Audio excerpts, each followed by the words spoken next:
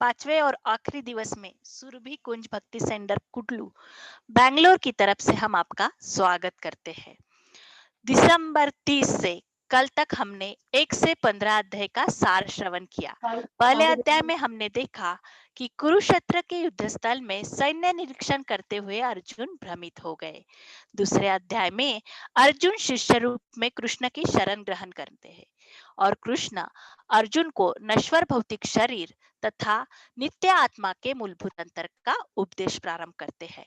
अध्याय तीसरे से हमने जाना कि निष्काम भाव से परमेश्वर की प्रसन्नता के लिए कर्म करने से मनुष्य कर्म के नियम से छूट सकता है और आत्मा तथा परमेश्वर विषयक दिव्य ज्ञान प्राप्त कर सकता है। इस दिव्य ज्ञान के बारे में समझाने के बाद भगवान अपने अवतरण की महत्ता तथा गुरु के पास जाने की आवश्यकता का उपदेश चौथे अध्याय में देते हैं। अध्याय 5 में भगवान हमें बताते हैं कर्म योग यानी कि कृष्ण भावना भावित कर्म कैसे करें। अध्याय 6 ध्यान योग जिसमें आता है अष्टांग योग का विस्तृत वर्णन। भगवत गीता के 7वें अध्याय के भगवत ज्ञान से हम जान पाते हैं कि भगवान कृष्ण समस्त कारणों के कारण परम सत्य है और महात्मा गण भक्ति पूर्वक उनकी शरण ग्रहण करते हैं। भक्ति पूर्वक भगवान कृष्ण का निरंतर स्मरण करते रहने से और विशेषता मृत्यु के समय अगर कोई भगवान को याद करे तो मनुष्य परम धाम की प्राप्ति कर सकते हैं। यही सार अध्याय 8 भगवत प्राप्ति का है। अध्याय 9 में परम गुह्य ज्ञान यह है कि भगवान श्री कृष्ण ही परमेश्वर है और पूज्य है और हम उनके नित्य दास है। शुद्ध भक्ति को जागृत करके मनुष्य कृष्ण के धाम को वापस आता है। श्री भगवान का ऐश्वर्य का वर्णन हमने देखा अध्याय 10 में। अध्याय 11 में भगवान कृष्ण द्वारा अर्जुन को प्रदान हुई दिव्य दृष्टि से हमने अद्भुत विराट रूप विश्व रूप का वर्णन सुना। इसी अध्याय में भगवान हमें बताते हैं कि उनका सर्व आकर्षक मानव रूप ही ईश्वर का आदि रूप है। कृष्ण के शुद्ध प्रेम को प्राप्त करने का सबसे सरल और सर्वोच्च मार्ग भक्ति योग हमने देखा 12वें अध्याय में। अध्याय 13 प्रकृति पुरुष तथा चेतना में यह बताया गया है कि जो व्यक्ति शरीर आत्मा और इन सभी के परे परमात्मा के अंतर को समझ लेता है उसे इस भौतिक जगत से मोक्ष प्राप्त होता है। अध्याय 14 है प्रकृति के 3 गुण। सारे देहधारी जीव भौतिक प्रकृति के 3 गुणों के अधीन है और ये 3 गुण है सतोगुण रजोगुण और तमोगुण। कृष्ण बतलाते हैं कि यह गुण क्या है, इससे इस गुणों का हम पर किस प्रकार इस गुणों के हम पर किस प्रकार क्रिया होती है और कोई इनको कैसे पार कर सकता है। अध्याय 15 पुरुषोत्तम योग बताता है कि वैदिक ज्ञान का सर्वोच्च लक्ष्य है अपने आप को भौतिक जगत के पास से मुक्त करना और भगवान की शरण ग्रहण करना। तो आज की कक्षा में गीता के आखिरी 3 अध्याय हम देखेंगे।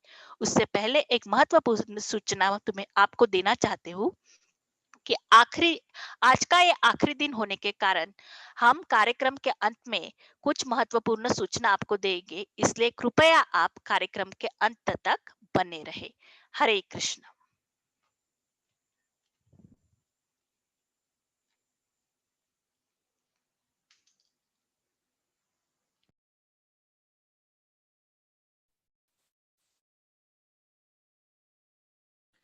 हरे कृष्णा। आप सभी का हार्दिक स्वागत है इस भगवत गीता के सेशन में। तो आज हम आखिरी दिन पर है, तो चलिए शुरुआत करते हैं गुरु परंपरा के प्रेयर्स से, जैसे हम शुरू करते हैं। ओम अज्ञानतिमिरन्धस्य ज्ञानाञ्जनशलाकया चक्षुरुन्मिलितं येन तस्मै श्रीगुरुवे नमः। श्रीचैतन्यमनोभीष्टं स्थापितं येन भूतले स्वयं रूप कदा मह्यं ददाति स्वपदान्तिकं।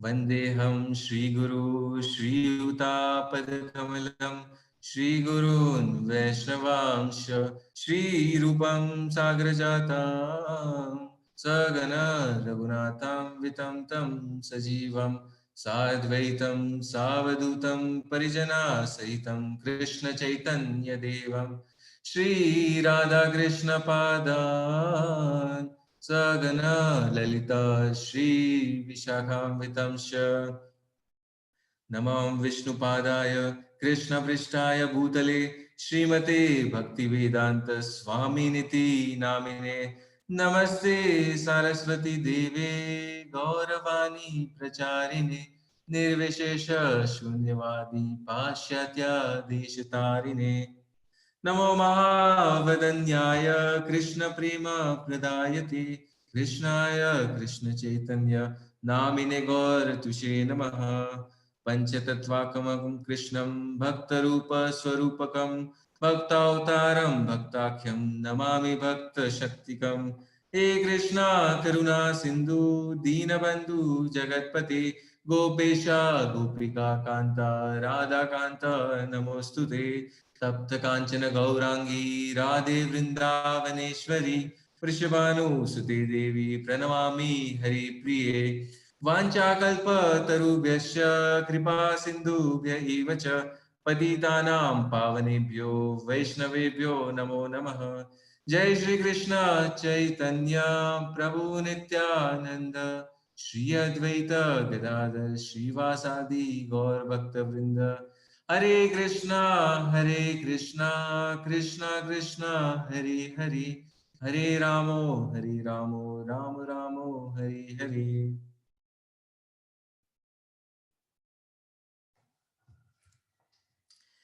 तो चलिए आज के इस आखिरी दिन के सेशन की शुरुआत करते हैं और मैं चाहता हूं शुरुआत करने से पहले आप लोगों ने 4 दिन अटेंड किया तो आपका क्या राय है, आपका ये कैसा रहा, ये आपका सफर कैसा रहा, आप कुछ कहना चाहते, आपको ये ज्ञान जो आपको भगवत गीता का मिला तो आप में क्या चेंजेस आए, आपकी क्या फीलिंग्स थी, आपके क्या थॉट्स थे, तो ये मैं आपसे सुनना चाहता हूँ।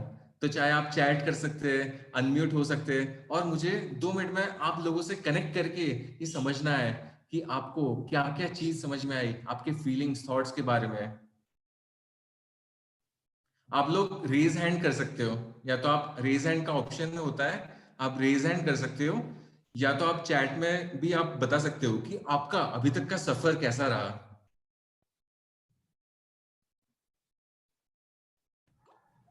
आप लोग अनम्यूट करके बात कर सकते हैं प्रभु जी के साथ।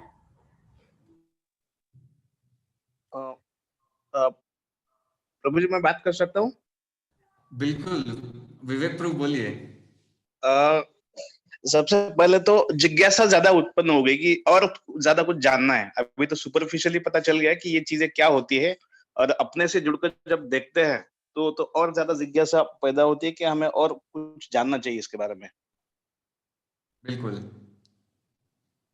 बिल्कुल, थैंक यू।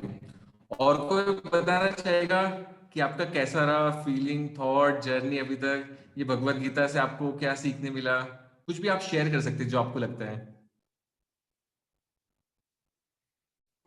रुचि माता जी आप बात कर सकती है। हरे कृष्ण प्रभु जी। प्रभु हरे कृष्णा। प्रभु जी सबसे अच्छा मैंने जो बात एकदम से जो लगा कि हाँ ये हम कर सकते हैं, और शायद यही कहीं ना कहीं भाव भी है कि एक तो अपने जो गुण है वो शायद सब सारे हमेशा सत्व गुण नहीं रहता, सर्कमस्टेंसेस के हिसाब से डिफरेंट डिफरेंट गुण आ जाते हैं। तो कल आपने जो बताया कि महामंत्र का जाप करते रहने से आप धीरे धीरे बढ़ जाएंगे सत्व गुण की तरफ, तो वो महामंत्र का जाप अब डेली करना है। और एक चीज वो कि हर दिन जो अभी आपने कर्म करे हैं वो सारे रात को भगवान को समर्पित करेंगे, तो कर्म बंधन में नहीं बंधेंगे। तो बाकी आपने बहुत सिंपल से समझाया, पर मैंने 2 चीज जो बांधी, और धीरे धीरे जितना पढ़ेंगे समझ आएगा। Thank you Prabhu ji. बिल्कुल, थैंक यू सो मच।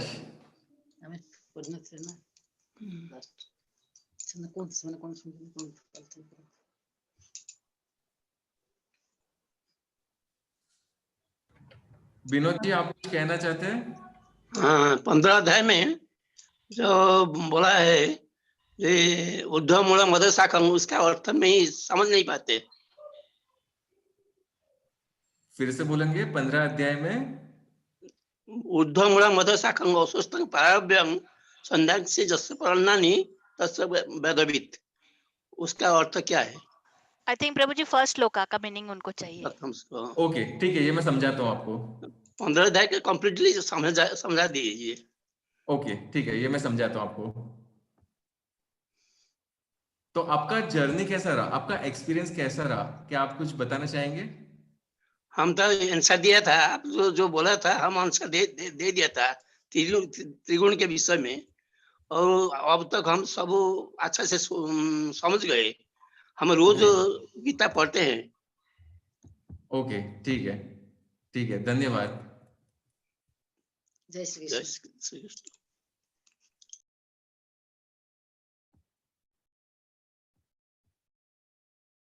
और किसी को कुछ कहना है? नहीं तो हम सेशन की शुरुआत करते हैं। तो चलिए, आज हम सेशन की शुरुआत करते हैं।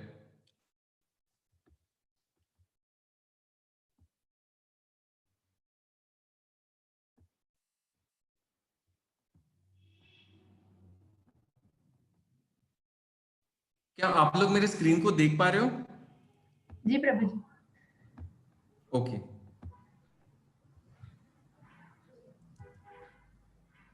तो जगन्नाथ बलदेव सुभद्रा मैया के दर्शन से आज का हम सेशन की शुरुआत करेंगे।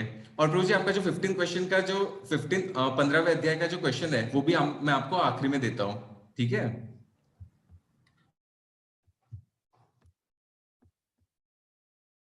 एक मिनट।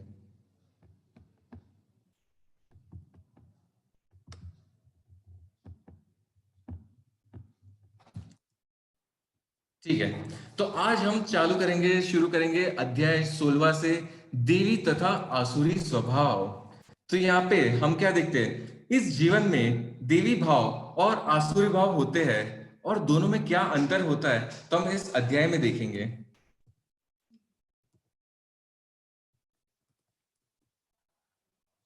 तो यहाँ पे भगवान जो है पहले श्लोक में और पहले, दूसरे और तीसरे श्लोक में सबसे पहले तो इसमें वर्णन करते हैं दो चीजों का, आश्रम और वर्ण के बारे में।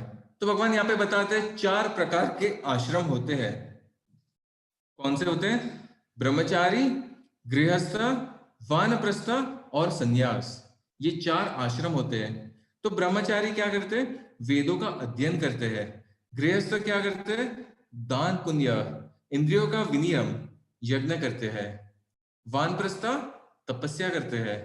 और संन्यास निर्भयता, मन की पवित्रता और शास्त्रों का ज्ञान। तो भगवान जो है इसमें बताते हैं, जैसे गृहस्थ का जो धर्म होता है दान पुण्य करना, तो हमें जो है दान देना चाहिए भगवान की सेवा में लोगों को। भगवान हमें सब कुछ देते हैं, तो इसलिए ये दान जो है हमें भगवान की सेवा में अर्पण करना चाहिए। और फिर यज्ञ, सबसे बड़ा यज्ञ क्या होता है जो हमने अभी तक डिस्कस किया, इस कलयुग में सबसे बड़ा यज्ञ होता है हरिनाम संकीर्तन। तो इसका वर्णन भी बताया गया है कि कैसे गृहस्थ को ये यज्ञ करना चाहिए, हरिनाम संकीर्तन करना चाहिए, और इससे गृहस्थ का जीवन सफल होगा। तो जैसे वानप्रस्थ जो होते हैं, तो वानप्रस्थ जनरली 50 साल के बाद लेते हैं। तो ये 50 साल के बाद क्यों लेते हैं? तो 50 के बाद हम क्या बोलते हैं? 51, 52, 53, सब में आप देख रहे हो 1 1 1 1 आ रहा है। तो ये 1 हमें बता रहा है कि अब समय आ चुका है, वनवास लेना चाहिए हमें। तो इसलिए वानप्रस्थ जो होता है जनरली 50 सालों के बाद होता है।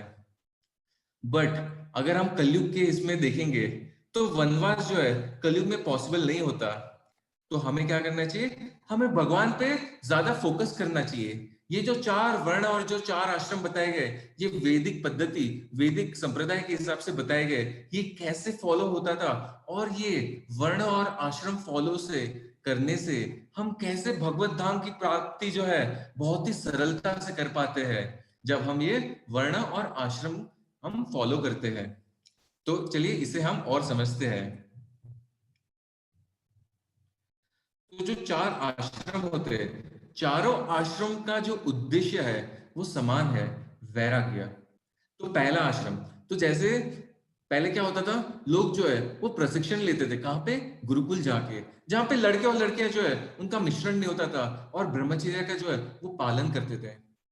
और उसके बाद फिर जब 25 साल के हो जाते थे तो तब वो गृहस्थ में एंटर करते थे, जिनको गृहस्थ में एंटर करना है, और वहां पे फिर वैवाहिक जीवन जीते थे, उनकी संतानें होती थी। और फिर 50 साल के बाद पति और पत्नी दोनों जो है वानप्रस्थ में प्रवेश करते हैं, और जब पूरी तरह से शुद्ध हो जाते हैं तब वे संन्यास लेते हैं। तो इस प्रकार ये इनका वर्णन किया गया है, 4 उद्देश्य का ये होता था। तो इसके बाद हम देखेंगे वर्ण के बारे में। हमने आश्रम देखे, अभी 4 वर्ण कौन से होते हैं, तो यहाँ पे भी भगवान वर्णन करते हैं। तो भगवान बताते हैं 4 वर्ण जो होते हैं वो है ब्राह्मण, क्षत्रिय, वैश्य और शूद्र। तो ब्राह्मण यानी क्या, तो ब्राह्मण जो है वो ब्राह्मण शिक्षा और आध्यात्मिक नेतृत्व प्रदान करते हैं, जैसे जो पुजारी होते हैं, शिक्षक होते हैं, तो ये ब्राह्मण कैटेगरी में आते हैं। फिर क्षत्रिय जो होते हैं उनका धर्म क्या होता है, प्रजा की रक्षा करना, जैसे योद्धा, पुलिस, प्रशासक, तो ये सब जो है वो क्षत्रिय धर्म में आते हैं। फिर वैश्य धर्म क्या होता है, जैसे कृषि, कृषि यानी एग्रीकल्चर, गौ रक्षा करना, बिजनेस करना, तो ये सारी चीजें जो है ये वैश्य धर्म है। और शूद्र धर्म में तो जैसे कारीगर होते हैं, श्रमिक होते हैं, तो ये शूद्र कैटेगरी में आते हैं। तो ऐसे 4 वर्ण का भगवान ने वर्णन किया है। तो लोग अपने स्वभाव से काम नहीं करते, जहां ज्यादा पैसा मिलता है वहां काम करते हैं, तो इसलिए हमें जो है वो संतुष्टि नहीं होती है।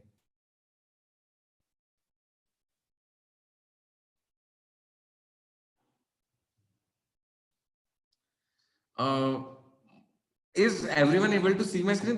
क्या आप सब लोग मेरी स्क्रीन देख पा रहे हैं? Yes, yes, Prabhu. माता जी, my screen is coming like paused. No, it's visible to us. देख रहे हैं सर। मैं चेंज कर रहा हूं तो दिख रही है? जी जी। Okay okay okay okay okay, ठीक है। तो ऐसे वर्ण, तो हम क्यों खुश नहीं होते, क्योंकि हम हमारे स्वभाव के हिसाब से काम नहीं करते। और ये जो वर्ण होते हैं तो ये जन्म के आधार पर नहीं होते हैं। जैसे इंजीनियर का बेटा इंजीनियर बन सकता है, लेकिन जरूरी नहीं वो इंजीनियर ही हो। तो ये जो वर्ण है वो कैसे आधारित होते हैं, किस चीज पे, तो गुण और कर्म के ऊपर होते हैं। जैसे ब्राह्मण जो है उसकी योग्यता होने पर ही, ब्राह्मण की योग्यता होने पर कोई भी ब्राह्मण बन सकता है। अगर कोई ब्राह्मण के घर में जन्म लेता है तो ऐसा नहीं कि वो तो ब्राह्मण ब्राह्मण बन जाता है। सिर्फ ब्राह्मण के घर में जन्म लेने से ब्राह्मण नहीं होता, क्षत्रिय के घर में जन्म लेने से क्षत्रिय नहीं होता, उसमें वो योग्यता होनी चाहिए। तो ब्राह्मण होने के गुण भी भगवान 18 अध्याय में बताते हैं। वो बोलते हैं समोदमस्तपो शौचम शांति अर्जव एवं च ज्ञानम विज्ञानम आसक्तम ब्रह्म कर्म स्वभावजम। तो यहाँ पे भगवान बताते हैं कुछ योग्यता जो ब्राह्मण में होनी चाहिए। वो बोलते हैं आत्म संयम, तपस्या, पवित्रता, ज्ञान, विज्ञान, और ये सारे जो योग्यता है एक ब्राह्मण में होनी चाहिए, तब वो ब्राह्मण कहलाता है। तो ये जो वर्ण जो है ये जन्म के आधार पर नहीं होता, ये जो है गुण और कर्म के आधार पर होता है। फिर हम देखेंगे आसुरी भाव। तो भगवान यहाँ पे बताते हैं, हे पृथा पुत्र, दंभ, दर्भ, अभिमान, क्रोध, कठोरता तथा अज्ञान, ये सारे आसुरी भाव वाले के गुण है।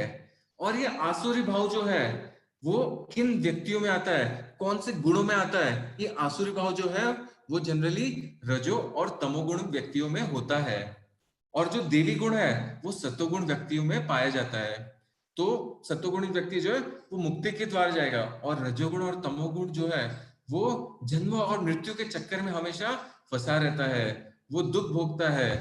तो ऐसा आसुरी गुण जो है वो रजोगुण और तमोगुण में होता है, और देवी गुण जो है वो सत्वगुण में होता है। तो जैसे जो वैदिक कल्चर जो था हमारा, तो वो सत्वगुण में बनाया गया था। जैसे सारी चीजों को स्वच्छ रखना, पूजा पाठ करना, दूसरों के प्रति जो है हमें क्या करना चाहिए, आदर करना चाहिए, रिस्पेक्ट करनी चाहिए। मॉडर्न सोसाइटी जो है वो कैसी है, वो रजोगुण और तमोगुण में बसी हुई है। लोग बोलते हैं प्राइड होना चाहिए, अभिमान होना चाहिए हमें। जैसे बच्चे जो होते हैं उनमें आप देखोगे कितना एरोगेंस होता है आजकल बात करने में। जैसे पहले जो बहू होती थी वो माँ बाप का कितना रिस्पेक्ट करती थी, बट आप आज मॉडर्न कल्चर देखोगे तो सारी जो है, सारी वैल्यू, सारा कल्चर जो है वो डिग्रेड हो गया है।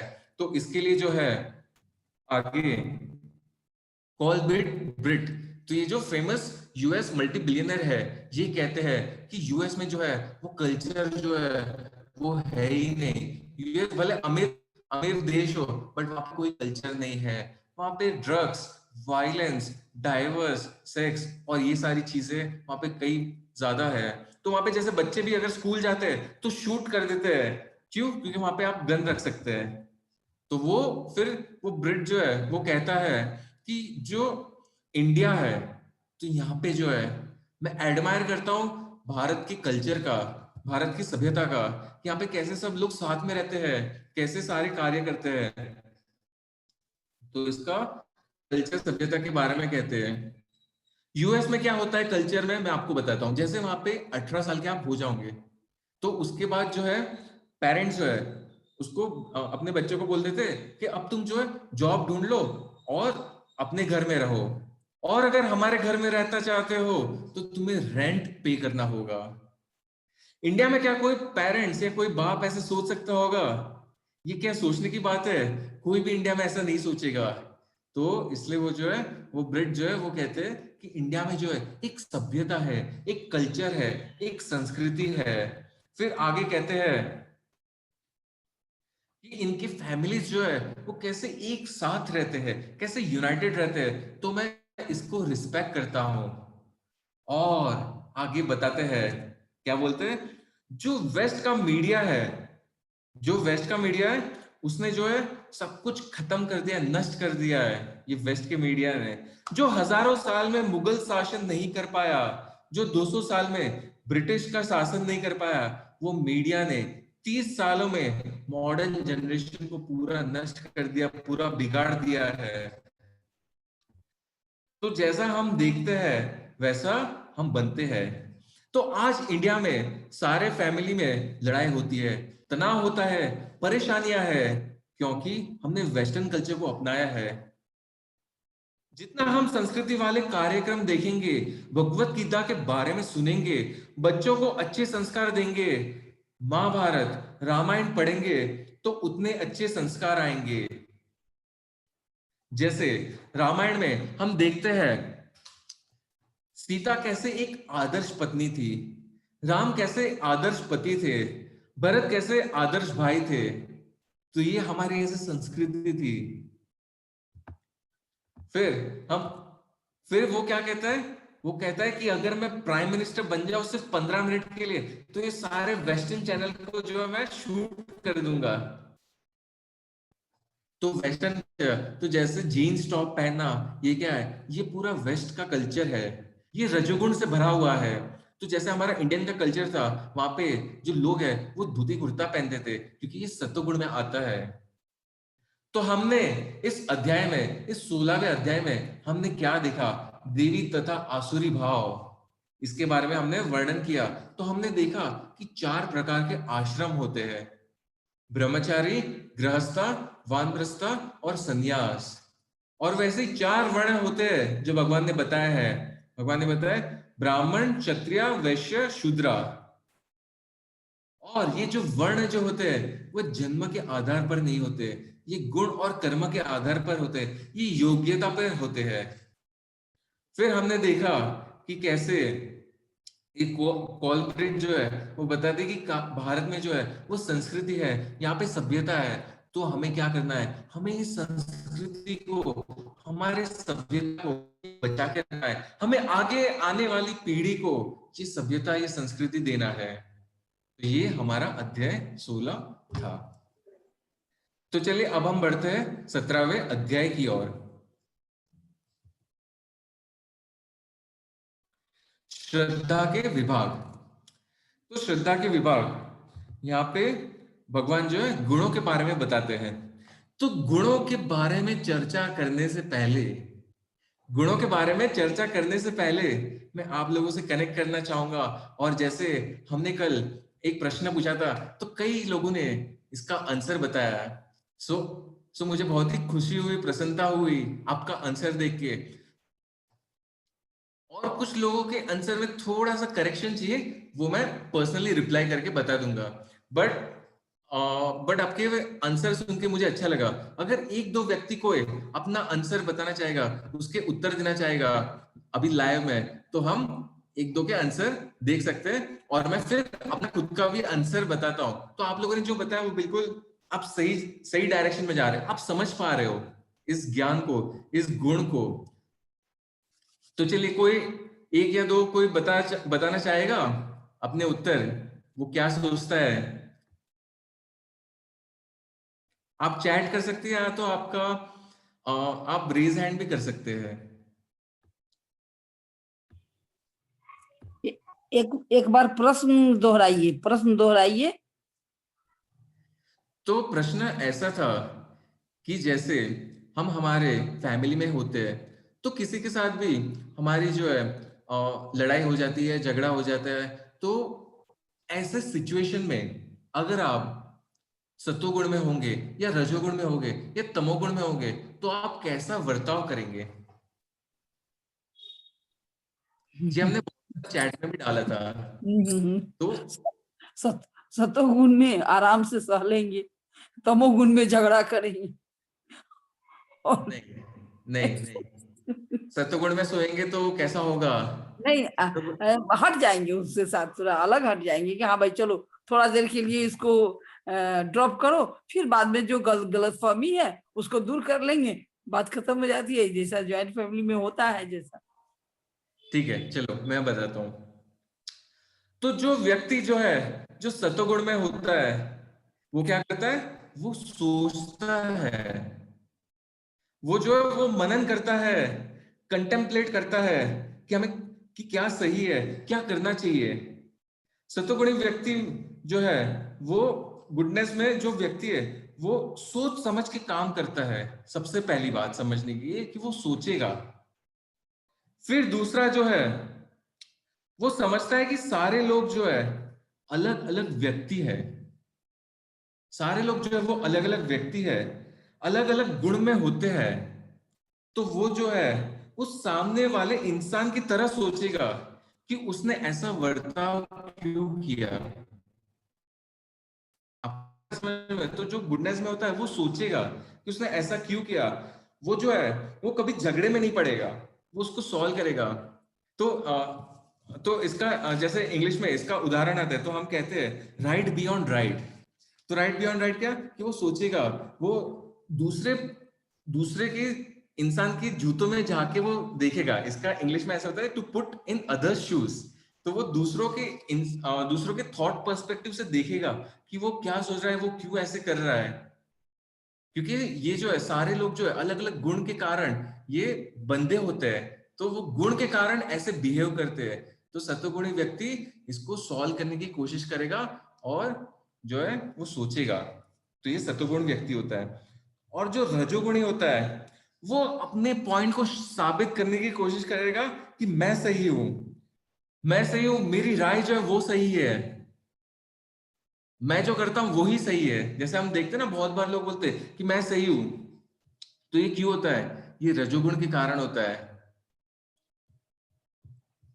और फिर तमोगुणी व्यक्ति जो होता है, वो क्या करता है, वो सोचेगा, अगर जैसे पुरुष है तो वो लेडीज के बारे में, और अगर कोई महिला है तो वो पुरुष के बारे में, तो वाइस वर्सा, ओके, या फिर जिसके भी बारे में। तो जैसे कोई पुरुष है तो वो सोचेगा, अगर कोई तमोगुणी व्यक्ति है, कि सारी महिलाएं जो वो ऐसी ही होती है, पहले तो वो बोलेगा।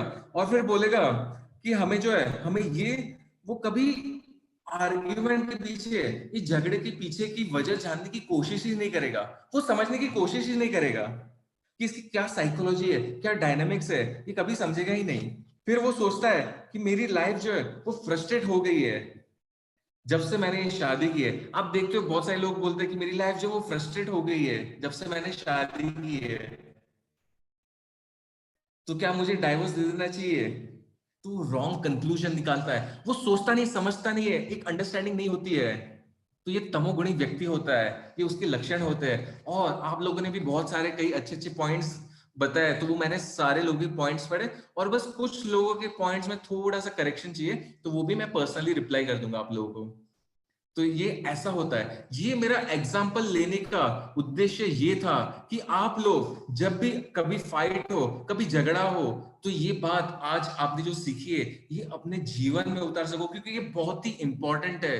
फाइट जो है वो होते रहेगी कलयुग में, पर ये हम जब भी ऐसे कभी सिचुएशन आए तो हम सोच सके, समझ सके कि ये जो हमने आज डिस्कस किया है कि प्रैक्टिकली कैसे लाइफ में अप्लाई करना है। ये मेरा उद्देश्य था, बिल्कुल प्रैक्टिकल एप्लीकेशन हम कैसे कर सके।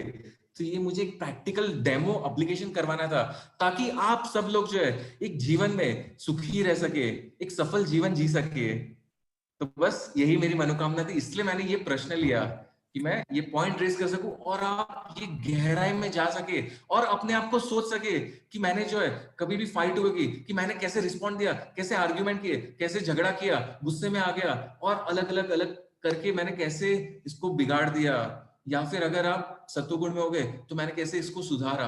तो ये आप अपने आप को कंटेम्पलेट कर सकते हो, सोच सकते हो, मनन कर सकते हो, और अपने जीवन में इसका ये जो भगवत गीता का जो ज्ञान है ये आप प्रैक्टिकली अपने जीवन में उतार सकते हो।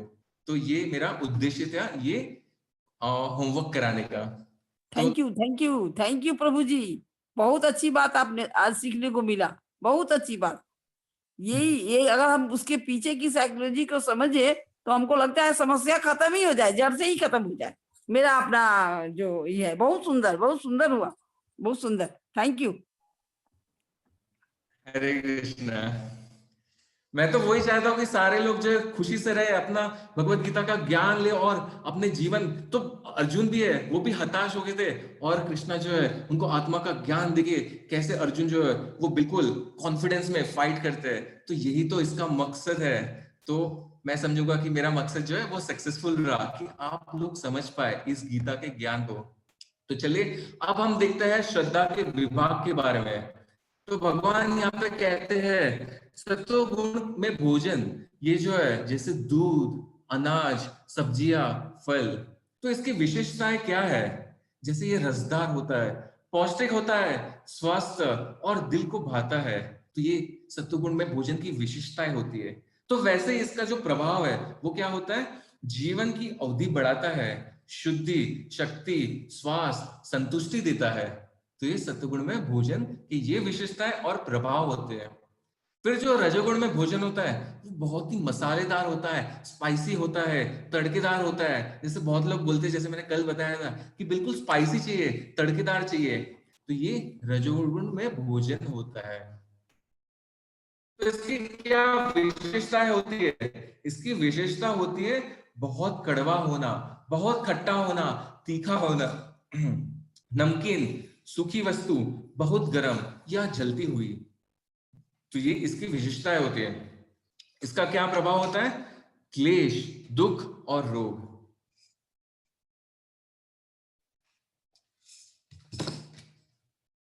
फिर तमोगुण में भोजन कैसा होता है? जैसे बासी भोजन। तो इसकी क्या विशेषताएं होती है? बेस्वाद, विघटित, 3 घंटे पहले तैयार किया हुआ अवशेष, अछूत चीजें। तो इसका क्या प्रभाव पड़ता है? निद्रा, आलस्य, दुख। ये तमोगुण में भोजन होता है। हमें जो है भगवान को, प्रभु को अर्पित करके हमें भोजन भगवान को अर्पित करना चाहिए। तो भगवान को अगर अर्पित करेंगे तो ये शुद्ध सत्व में आता है। भगवान और आध्यात्मिक गुरु को चढ़ाए गए प्रसाद के अवशेष शुद्ध करने वाले हैं, हमारी चेतना को शुद्ध करते हैं। तो जितनी भी माता है, जो भी कुकिंग करते हैं, मेरी उनसे विनती है कि आप जो भी बनाए भगवान को अर्पित कीजिए। तो आप देखेंगे आपके जीवन में मोड ऑफ गुडनेस, सत्वगुण अपने आप आने लगेगा। आप लोगों के जो थॉट्स है वो चेंज होने लगेंगे, आप खुद ये फील करोगे। तो आप भगवान को अर्पण कीजिए और फिर देखिए कैसे चेंज आता है। प्रसादम जो है 3 घंटे पहले भी तैयार किया जा सकता है। फिर भगवान कहते हैं शरीर की तपस्या।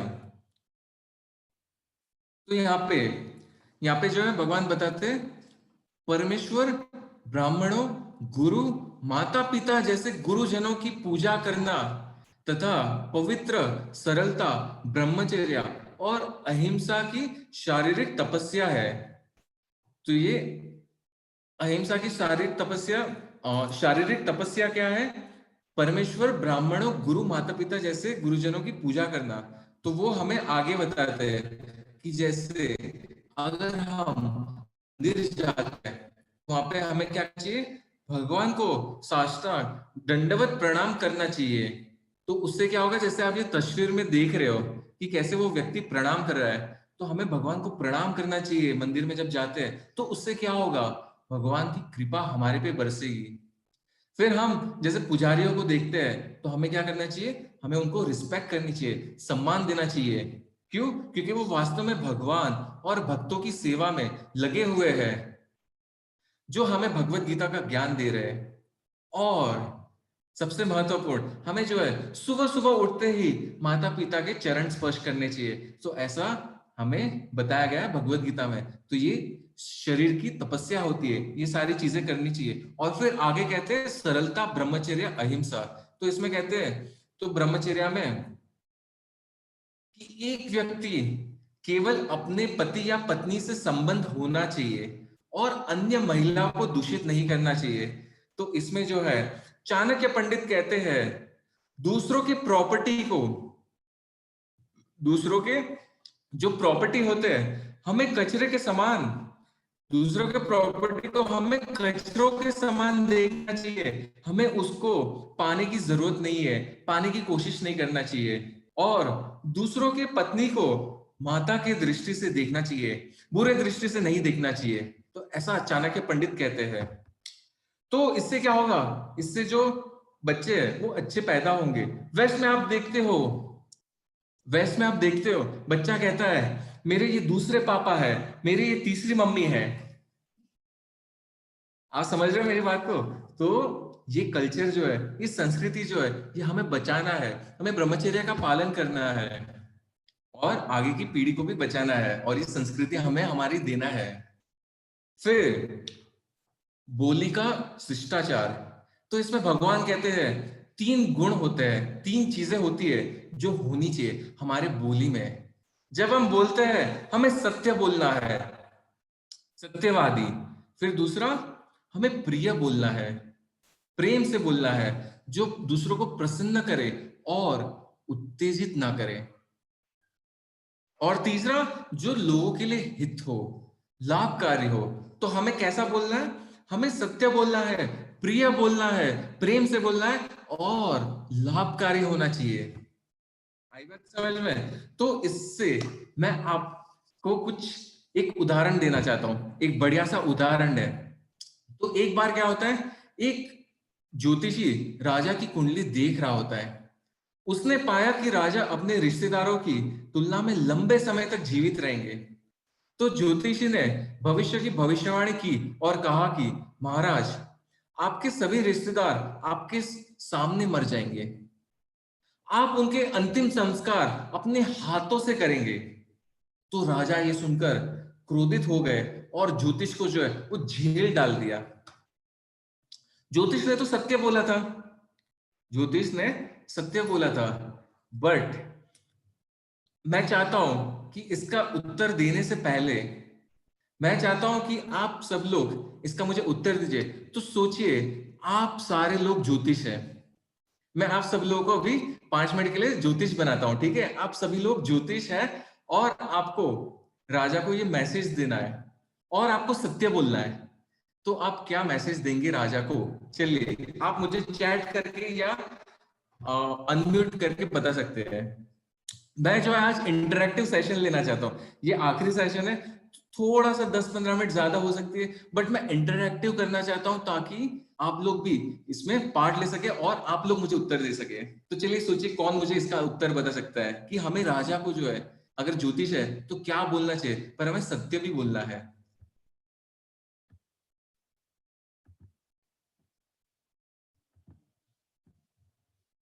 क्या कोई बोलना चाहेगा? ओके। चैट बॉक्स में आंसर है प्रभु जी। महाराज आपको बहुत बड़ी उम्र प्राप्त हो जाएगी। ओके ओके, आई कैन हाँ एक्सेप्ट दिस आंसर। हाँ, ये बिल्कुल सही है कि वो सच को भी सीधे नहीं बोल सकते हैं। सीधे बोलने पर नहीं, सच भी बोलना है तो यस कड़वा नहीं बोलना है।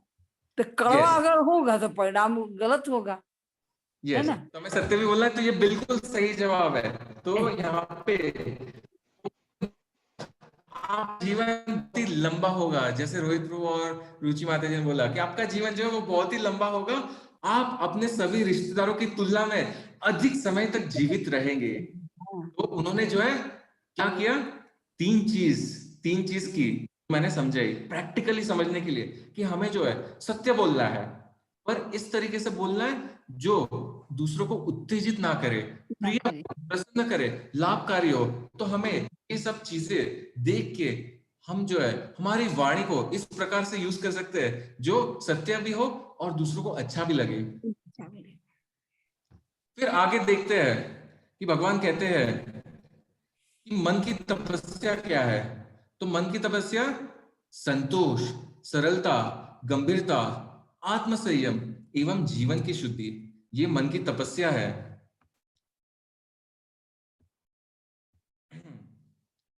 तो इसमें मन की तपस्या जब करेंगे तो हमारा मन जो है वो शांत रहेगा। जितना हम इंद्रिय भोग के बारे में सोचते हैं उतना ही मन जो है असंतुष्ट होता है।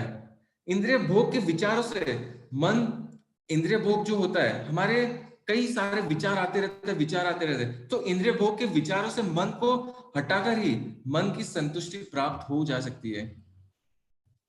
तो हमें जो है मन की तपस्या करनी है। तो इसको हम और समझते आगे। यदि आप किसी अस्थायी या सामग्री पर ध्यान केंद्रित करते हो तो यह मन को उत्तेजित करता है। यदि आप किसी शाश्वत या आध्यात्मिक पर ध्यान केंद्रित करते हो तो यह मन को शांत करता है। चलिए मैं आपको एक उदाहरण देना चाहता हूं। मैं एक वीडियो जो है वो प्ले करता हूं और आपको फिर मुझे इस वीडियो देखकर आंसर देना है।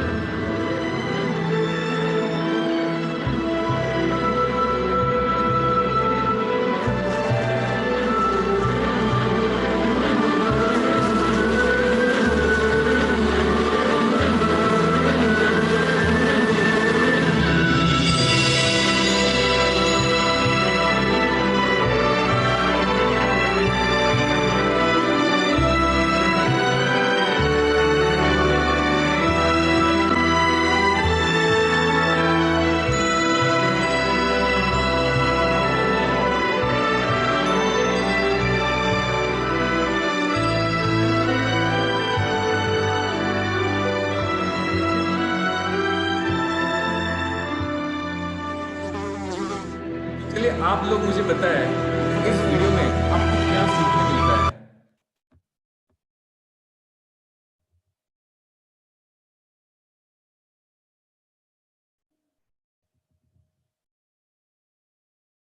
क्या कोई उत्तर दे सकता है कि आप लोगों को इस वीडियो में क्या सीखने मिला, क्या समझ पाए आप इसमें से? मुझे कुछ एक इंपॉर्टेंट मैसेज देना है इसके द्वारा। क्या कोई मुझे इसका उत्तर दे सकता है? बहुत ही इंपॉर्टेंट मैसेज है जो मैं आपको देना चाहता हूं इसके द्वारा। आप चैट कर सकते हैं। रुचि जी हाथ रेस कर रही है। ओके रुचि जी आप अनम्यूट कर सकते हैं। जी जी प्रभु जी, सब कुछ ईश्वर की प्रकृति, हम सब एक ही हैं, मतलब सब ईश्वर ने ही बनाया है। तो उसको जब वो एहसास हुआ तो वो डिस्ट्रैक्ट नहीं हुआ उससे। ओके स्वाति जी लिख रही है संयम। ओके हाँ, संयम मेरा भी कहना है यही कि संयम बहुत जरूरी है। और उसके दूसरे पक्ष को हम ले सकते हैं, यानी वो किसी भी क्रिया से आप रिएक्ट होइएगा तो उस तरह पहले वाली प्रतिक्रिया आएगी। लेकिन अगर आप नॉर्मल उसको लीजिएगा कि हाँ भाई मक्खी है तो वो ऐसा ही काम करेगी, उसका ये स्वाभाविक है क्रिया, तो वो हमको लगता है इरिटेशन कम होगा और आराम से उसको हम झेल ले सकते हैं। जो वो कहना चाह रहा है कि अगल बगल के संदर्भ से आप इरिटेट मत होइए, उसको स्वाभाविक लीजिए। जो भी क्रियाएं हो रही हैं प्रकृति के द्वारा वो सब स्वाभाविक है, ये होगा, इसको लेके चलिए। मेरा जो सोच है ऐसा। तो चलिए इससे जैसे आप सब लोगों ने बताया तो मैं इसमें और भी कुछ चीजें ऐड, मैं जो इसमें कुछ पॉइंट्स ऐड करके आपको समझाता हूं जी। तो इसमें क्या बताया गया, अगर हम एक इच्छा करते हैं, एक इच्छा पूरी करने की कोशिश करते हैं तो 2 इच्छा उत्पन्न हो जाती है, 2 पूरी करते हैं 4 उत्पन्न हो जाती है, 4 करेंगे 8 होती है। तो कई कई इच्छा जो है हमारे इसमें सतत चलती रहती है। इच्छा जो है वो कभी खत्म नहीं हो सकती। आप जब तक इस भौतिक जगत में है ये बात ध्यान रखिए कि इच्छा जो है ये खत्म नहीं हो सकती। हमेशा जो है कोई ना कोई इच्छा आती रहेगी आती रहेगी आती रहेगी। तो जितनी हम इच्छा के बारे में सोचते हैं उतनी हमारी इच्छा बढ़ते जाती है। तो जैसे उसका हो रहा था, तो अगर हम इच्छा के बदले भगवान पे फोकस करें, जैसे वो फोकस करता है, भगवान पे फोकस करें तो हृदय में अपने आप शांति आ जाती है। जैसे स्वाति जी ने कहा संयम आएगा, तो भगवान पे जब फोकस करेंगे तो अपने आप शांति आ जाती है। इंसान इच्छा के जाल में फंस जाता है। भौतिक जगत को भोगने की इच्छा ही हमें परेशानियों का कारण बन जाती है। तो हमें क्या करना है, Prabhu ji can you share the screen? भगवान में लगाना है तो अपने आप मन जो है वो शांत हो जाएगा। तो ऐसे हमने इस 17वें अध्याय में देखा। तो हमने 17वें अध्याय में क्या क्या चीजें देखी? श्रद्धा के विभाग। तो यहाँ पे हमने सत्वगुण में भोजन देखा, फिर रजोगुण में और फिर तमोगुण में उसकी क्या विशेषताएं होती है, क्या प्रभाव होते हैं। फिर प्रभु को जो है हमें भोजन अर्पित करना चाहिए। फिर हमने देखा शरीर की तपस्या क्या होती है, कैसे हमें गुरुजनों को, कैसे हमें माता पिता को, कैसे परमेश्वर ब्राह्मणों को रिस्पेक्ट करना चाहिए, पूजा करनी चाहिए। और फिर हमने देखा ब्रह्मचर्या में कि कैसे हमें जो है सिर्फ एक व्यक्ति जो केवल सिर्फ अपने पति या पत्नी से संबंध होना चाहिए और किसी और से संबंध नहीं होना चाहिए। और फिर उसके बाद हमने देखा कि हमारी बोली जो है वो कैसी होनी चाहिए, सत्य, सच, और दूसरा प्रियम, और तीसरा जो लाभकारी हो। तो ये चीजें होनी चाहिए।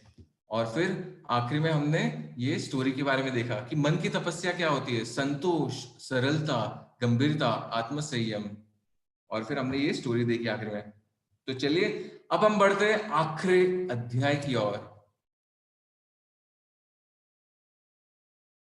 18 भगवान जो है उपसंहार संन्यास की सिद्धि। तो जो है अर्जुन कहते हैं, हे महाबाहो, मैं त्याग का उद्देश्य जानने का इच्छुक हूं। पहला त्याग का संदेश जानना चाहते हैं। और हे केशी निषूदन, हे ऋषिकेश, मैं त्याग में जीवन, संन्यास आश्रम का भी उद्देश्य जानना चाहता हूं। तो यहाँ पे जो है अर्जुन जो है वो त्याग और संन्यास के बारे में जानना चाहते हैं। तो त्याग और संन्यास में क्या अंतर होता है, तो चलिए ये देखते हैं। तो यहाँ पे भगवान कहते हैं भौतिक इच्छाओं पर आधारित कर्मों के परित्याग को विद्वान लोग संन्यास कहते हैं। तो जैसे आप लेफ्ट साइड में देख पा रहे हो कि जैसे एक साधु है, वो सब कुछ छोड़ छाड़ के इस पर्वत पे ध्यान कर रहा है, अपनी तपस्या कर रहा है, तो ये संन्यास है। और कृष्ण आगे कहते हैं, कृष्णा के लिए काम करो, भगवान को परिणाम चढ़ाओ, ये त्याग है। त्याग क्या है? कार्य करो पर फल जो है वो भगवान को हमें अर्पित करना है, फल की हमें अपेक्षा नहीं करना है, तो ये त्याग है। तो जैसे आप पिक्चर में देख रहे हो राइट साइड में, तो वहां पे वो कैसे एक भक्त है जो भगवान को अर्पण कर रहा है। तो ये त्याग संन्यास से बढ़कर है, क्योंकि हमें लोगों की सेवा करनी है, लोगों को भगवान के बारे में बताना है, तो इसलिए ये त्याग जो है वो ज्यादा महत्वपूर्ण है संन्यास से। फिर आगे भगवान कहते हैं हमारे हृदय को शुद्ध करने के लिए यज्ञ, दान, तप का महत्व बताते हैं। जैसे विवाह यज्ञ, जैसे दान पुण्य, स्नान। तो जैसे विवाह यज्ञ जो होता है, जैसे हमारी भौतिक इच्छाएं होती है, हम शादी करते हैं, पर इसमें आगे जो है एक दूसरे दंपत्ति जो है आध्यात्मिक प्रगति में एक दूसरे की मदद करते हैं। फिर दान पुण्य, तो हमें जो है दूसरों को दान देना चाहिए भगवान की सेवा के लिए। भागवतम, ये श्रीमद् भागवतम के संदेश को पहुंचाने के लिए हमें दान देना चाहिए, ये गृहस्थ का कर्तव्य होता है, दान देना, यज्ञ करना। फिर भगवान जो है 3 गुणों में त्याग बताते हैं। तो सत्व गुण कर्तव्य की भावना के रूप में काम करे और परिणामों और संगों को त्याग दे। रजोगुण में कहते हैं जो शारीरिक परेशानी और परेशानियों के डर से ड्यूटी छोड़ देता है, तो वो रजोगुण में होता है जो व्यक्ति। और तमोगुण में ब्रह्म यानी इल्यूजन के कारण निर्धारित कर्तव्य त्याग देना, तो ये व्यक्ति जो है वो तमोगुणी होता है। हमारी इच्छाओं को सेवा में लगाने का परिणाम, जैसे हमने वो वीडियो में देखा, इच्छा जो है, तो हम भगवान को कैसे हम हमारी इच्छा जो है वो सेवा में लगा सकते हैं। तो यहाँ पे हम समझते हैं, तो जो इच्छा जो है वो कभी खत्म नहीं होती, कभी मर नहीं सकती, पर इच्छा को जो है हम भगवान की सेवा में तो लगा सकते हैं ना। तो वो कितना आसान है। जैसे हमें कोई खाने की इच्छा है, तो हम जो खाना जो है वो भगवान को अर्पण करें, भोग चढ़ाए भगवान को। तो ऐसे जो है हम भगवान को अपनी इच्छाएं अर्पण कर सकते हैं। फिर आगे हम देखते हैं 5 कर्ता। तो आगे भगवान बताते हैं 5 कर्ता के बारे में। तो पहला होता है अधिष्ठानम, कर्ता, तीसरा कारणम, चौथी चेष्टा और 5वां देव। तो ये 5 चीजों से हमारा कोई कार्य सफल होता है। तो हम सोचते कई बार हम कितनी मेहनत करते हैं पर हमें फल नहीं मिलता, क्यों? ये 5 चीजें नहीं होती है। तो अगर प्रभु की दया नहीं रहती है तो हम आगे नहीं बढ़ सकते। तो चलिए मैं इसे आपको समझाता हूं। तो अधिष्ठानम यानी क्या? स्थान। कर्ता यानी व्यक्ति, कारण यानी काम का साधन, चेष्टा यानी प्रयास, और देव यानी प्रभु की दया। और एक बार आपको थोड़ा सा समझाता हूं और फिर उदाहरण लेता हूं मैं। तो अधिष्ठानम यानी क्या? स्थान, कि कहां पे ये काम हो रहा है। कर्ता यानी ये कौन कर रहा है, कर्ता कौन कर रहा है। अधिष्ठानम कहां पे हो रहा है। कारणम कौन से साधन से वो कर रहा है, वो कैसे काम कर रहा है। चेष्टा यानी वो प्रयास कर रहा है, और देव यानी प्रभु की दया। तो चलिए हम एक उदाहरण लेते हैं। तो जैसे समझिए आपके पास गाड़ी है और आप गाड़ी से बेंगलोर से आप मैसूर जाना चाहते हैं। तो गाड़ी में जो है तो एक ड्राइवर होता है। तो ड्राइवर क्या हुआ? कर्ता हुआ। कर्ता यानी कौन कर रहा है, कर्ता यानी कौन कर रहा है। कारण, डूअर, तो ये करता है, तो ड्राइवर जो है वो करता है। फिर अधिष्ठाना यानी प्लेस ऑफ एक्शन, कि कहां पे हो रही है। तो गाड़ी में, तो हम जो है हमें जाना है, तो ये एक्शन कहां हो रही है? गाड़ी में हो रही है। कर्ता कौन है? ड्राइवर है। कारणम क्या है? स्टीयरिंग। कारणम यानी क्या? कारण यानी इंस्ट्रूमेंट, कैसे वो कर रहा है, तो स्टीयरिंग चला रहा है, ठीक है। और चेष्टा यानी प्रयत्न करना, कि वो प्रयास कर रहा है, कहां पे? बैंगलोर से मैसूर जाने की। और देव यानी तो यहाँ पे क्या बताया? यातायात या सड़क की स्थिति। तो जैसे सड़क की स्थिति कैसी है, या फिर रास्ते में ट्रैफिक है कि नहीं, तो ये सारी चीजों से डिसाइड होता है कि हम कब पहुंचेंगे। जैसे हमें सुबह पहुंचना है पर रास्ते में बहुत ज्यादा ट्रैफिक है, तो वो तो आपके हाथ में नहीं है। सड़क अच्छी नहीं है, वो आपके हाथ में नहीं है। तो सारी चीजें जो है वो आपके हाथ में नहीं होती। जैसे एक विद्यार्थी होता है, चलो मैं आपको और एक उदाहरण देता हूँ, फिर मैं आपको समझाता हूँ। तो ऐसा समझिए कि वर्ल्ड कप चल रहा है, ठीक है, बहुत लोग क्रिकेट के फैन होंगे यहाँ पे। तो समझिए वर्ल्ड कप चल रहा है, क्रिकेट का मैच चल रहा है, आखिरी ओवर है, आखिरी बॉल बचा है और जीतने के लिए 6 रन चाहिए, ठीक है। तो अब समझते हैं इस एग्जांपल से, तो बैट्समैन जो है वो बिल्कुल रेडी है। तो बैट्समैन यहाँ पे क्या हुआ, करता हुआ, वो डूअर हुआ कि कौन खेल रहा है, वो बैट्समैन कौन खेल रहा है, वो करता है, डूअर है। और कहाँ पे खेला जा रहा है, अधिष्ठानम यानी जगह यानी प्लेस। अधिष्ठानम कहाँ पे खेला जा रहा है, वो पिच पे खेला जा रहा है, ग्राउंड पे खेला जा रहा है। तो ये अधिष्ठानम हुआ। फिर कारणम, वो जो बैट्समैन जो है, तो बल्लेबाज जो है वो बल्ला घुमाता है, तो कारणम, तो बल्ला घुमाना। कारणम क्या है, इंस्ट्रूमेंट क्या है, वो बल्ला घुमाना, तो ये इंस्ट्रूमेंट है। चेष्टा क्या है, वो प्रयास करता है, वो प्रयास करता है जीतने का, 6 मारने का, उसको 6 रन चाहिए जीतने के लिए, वो प्रयास करता है। और आखिरी देवी, देव, तो वो कैसे यहाँ पे महत्वपूर्ण रोल प्ले करते हैं। अभी ये बैट्समैन जो है वो प्रयास कर रहा है, पर ऐसा जरूरी नहीं कि वो 6 मार पाएगा। अगर बॉल उससे मिस हो गया, तो वो आउट ऑफ फॉर्म हो गया, तो वो मार नहीं पाया, तो या बॉलर ने ऐसे टाइप की बॉल डाली, तो वो सारी चीजें जो वो उसके हाथ में नहीं होती। तो जैसे विद्यार्थी जो होता है वो परीक्षा की तैयारी करता है, पर पेपर कैसा आएगा, रिजल्ट का परिणाम क्या होगा, फल क्या होगा, तो वो उसके हाथ में नहीं होता। ये मुझे समझाना था। 5 जो है वो कर्ता होते हैं, अधिष्ठानम, कर्ता, कारणम, चेष्टा और दैव। तो चलिए हम आगे बढ़ते हैं और इसे समझते हैं। तो हमारा जो दृष्टिकोण होता है कर्ता से परमात्मा की ओर हमें करना चाहिए। तो हम जो काम करते हैं उसका केवल 20% हिस्सा हम लेते हैं, लेकिन अगर हम बोलेंगे सारा क्रेडिट खुद ही लेंगे कि ये मैंने किया है, ये सब कुछ मेरे कारण हुआ है। अगर कोई आपके साथ हेल्प करता है तो आप क्या सोचते हो कि मेरे कारण हुआ है, मैं सारा क्रेडिट ले लूं, तो जो है वो दुख के कारण होगा। फिर आगे भगवान बताते 3 गुण में खुशी। तो सत्वगुण, तो सत्वगुण जो है, पहले तो आपको लगेगा कि जहर समान है, और फिर लगेगा अरे ये तो अमृत है। जैसे आप भक्ति योग करते हैं या आत्मा का ज्ञान लेने का प्रयास करते हैं, आगे बढ़ते हैं, भक्ति करते हैं, तो पहले आपको लगेगा अरे ये तो कठिन है, ये जहर समान है। बट जैसे जैसे आप प्रयास करते जाएंगे, आगे बढ़ते जाएंगे, आपको अनुभूति होगी अरे ये तो अमृत है।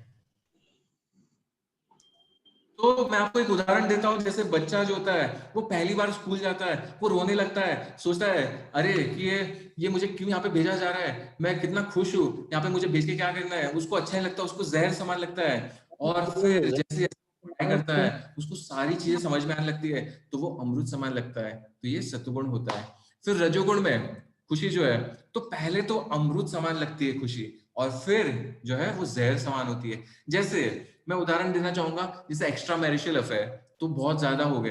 तो एक्स्ट्रा मैरिटल अफेयर में पहले तो आपको बहुत अच्छा लगेगा, आनंद आएगा वो बात करने में, बाकी सारी चीजें करने में, पर बाद में जैसे जैसे समय बीतता है तो फिर बाकी सारे प्रॉब्लम्स आने लगते हैं, पार्टनर का दबाव, फिर डाइवर्स होना, तो ये सारी चीजें जो है, बहुत सारे टेंशन और ये सारे जो है, फिर आपको जहर समान लगेगा। तो पहले तो अच्छा लगेगा अमृत समान, बट लेकिन अंत जो है वो जहर से होता है। और फिर तमोगुण व्यक्ति, शुरुआत में भी दुख और अंत में भी दुख, कोई सुखी सुख नहीं है, ये तमोगुण में है। तो तमोगुण व्यक्ति जैसे कोई दारू पीता है, वो भी दुख के कारण पीता है। पीने के बाद जैसे वो बिल्कुल उसको कोई होश नहीं रहता, गटर में पड़ जाता है, तो उसके बाद भी दुख का कारण ही है। तो जो पीने के कारण भी दुख है और अंत भी दुख है। तो तमोगुण जो है वो शुरुआत में भी दुख होता है और अंत में भी दुख होता है। तो आगे बढ़ते हैं और देखते हैं योगा की सीढ़ी।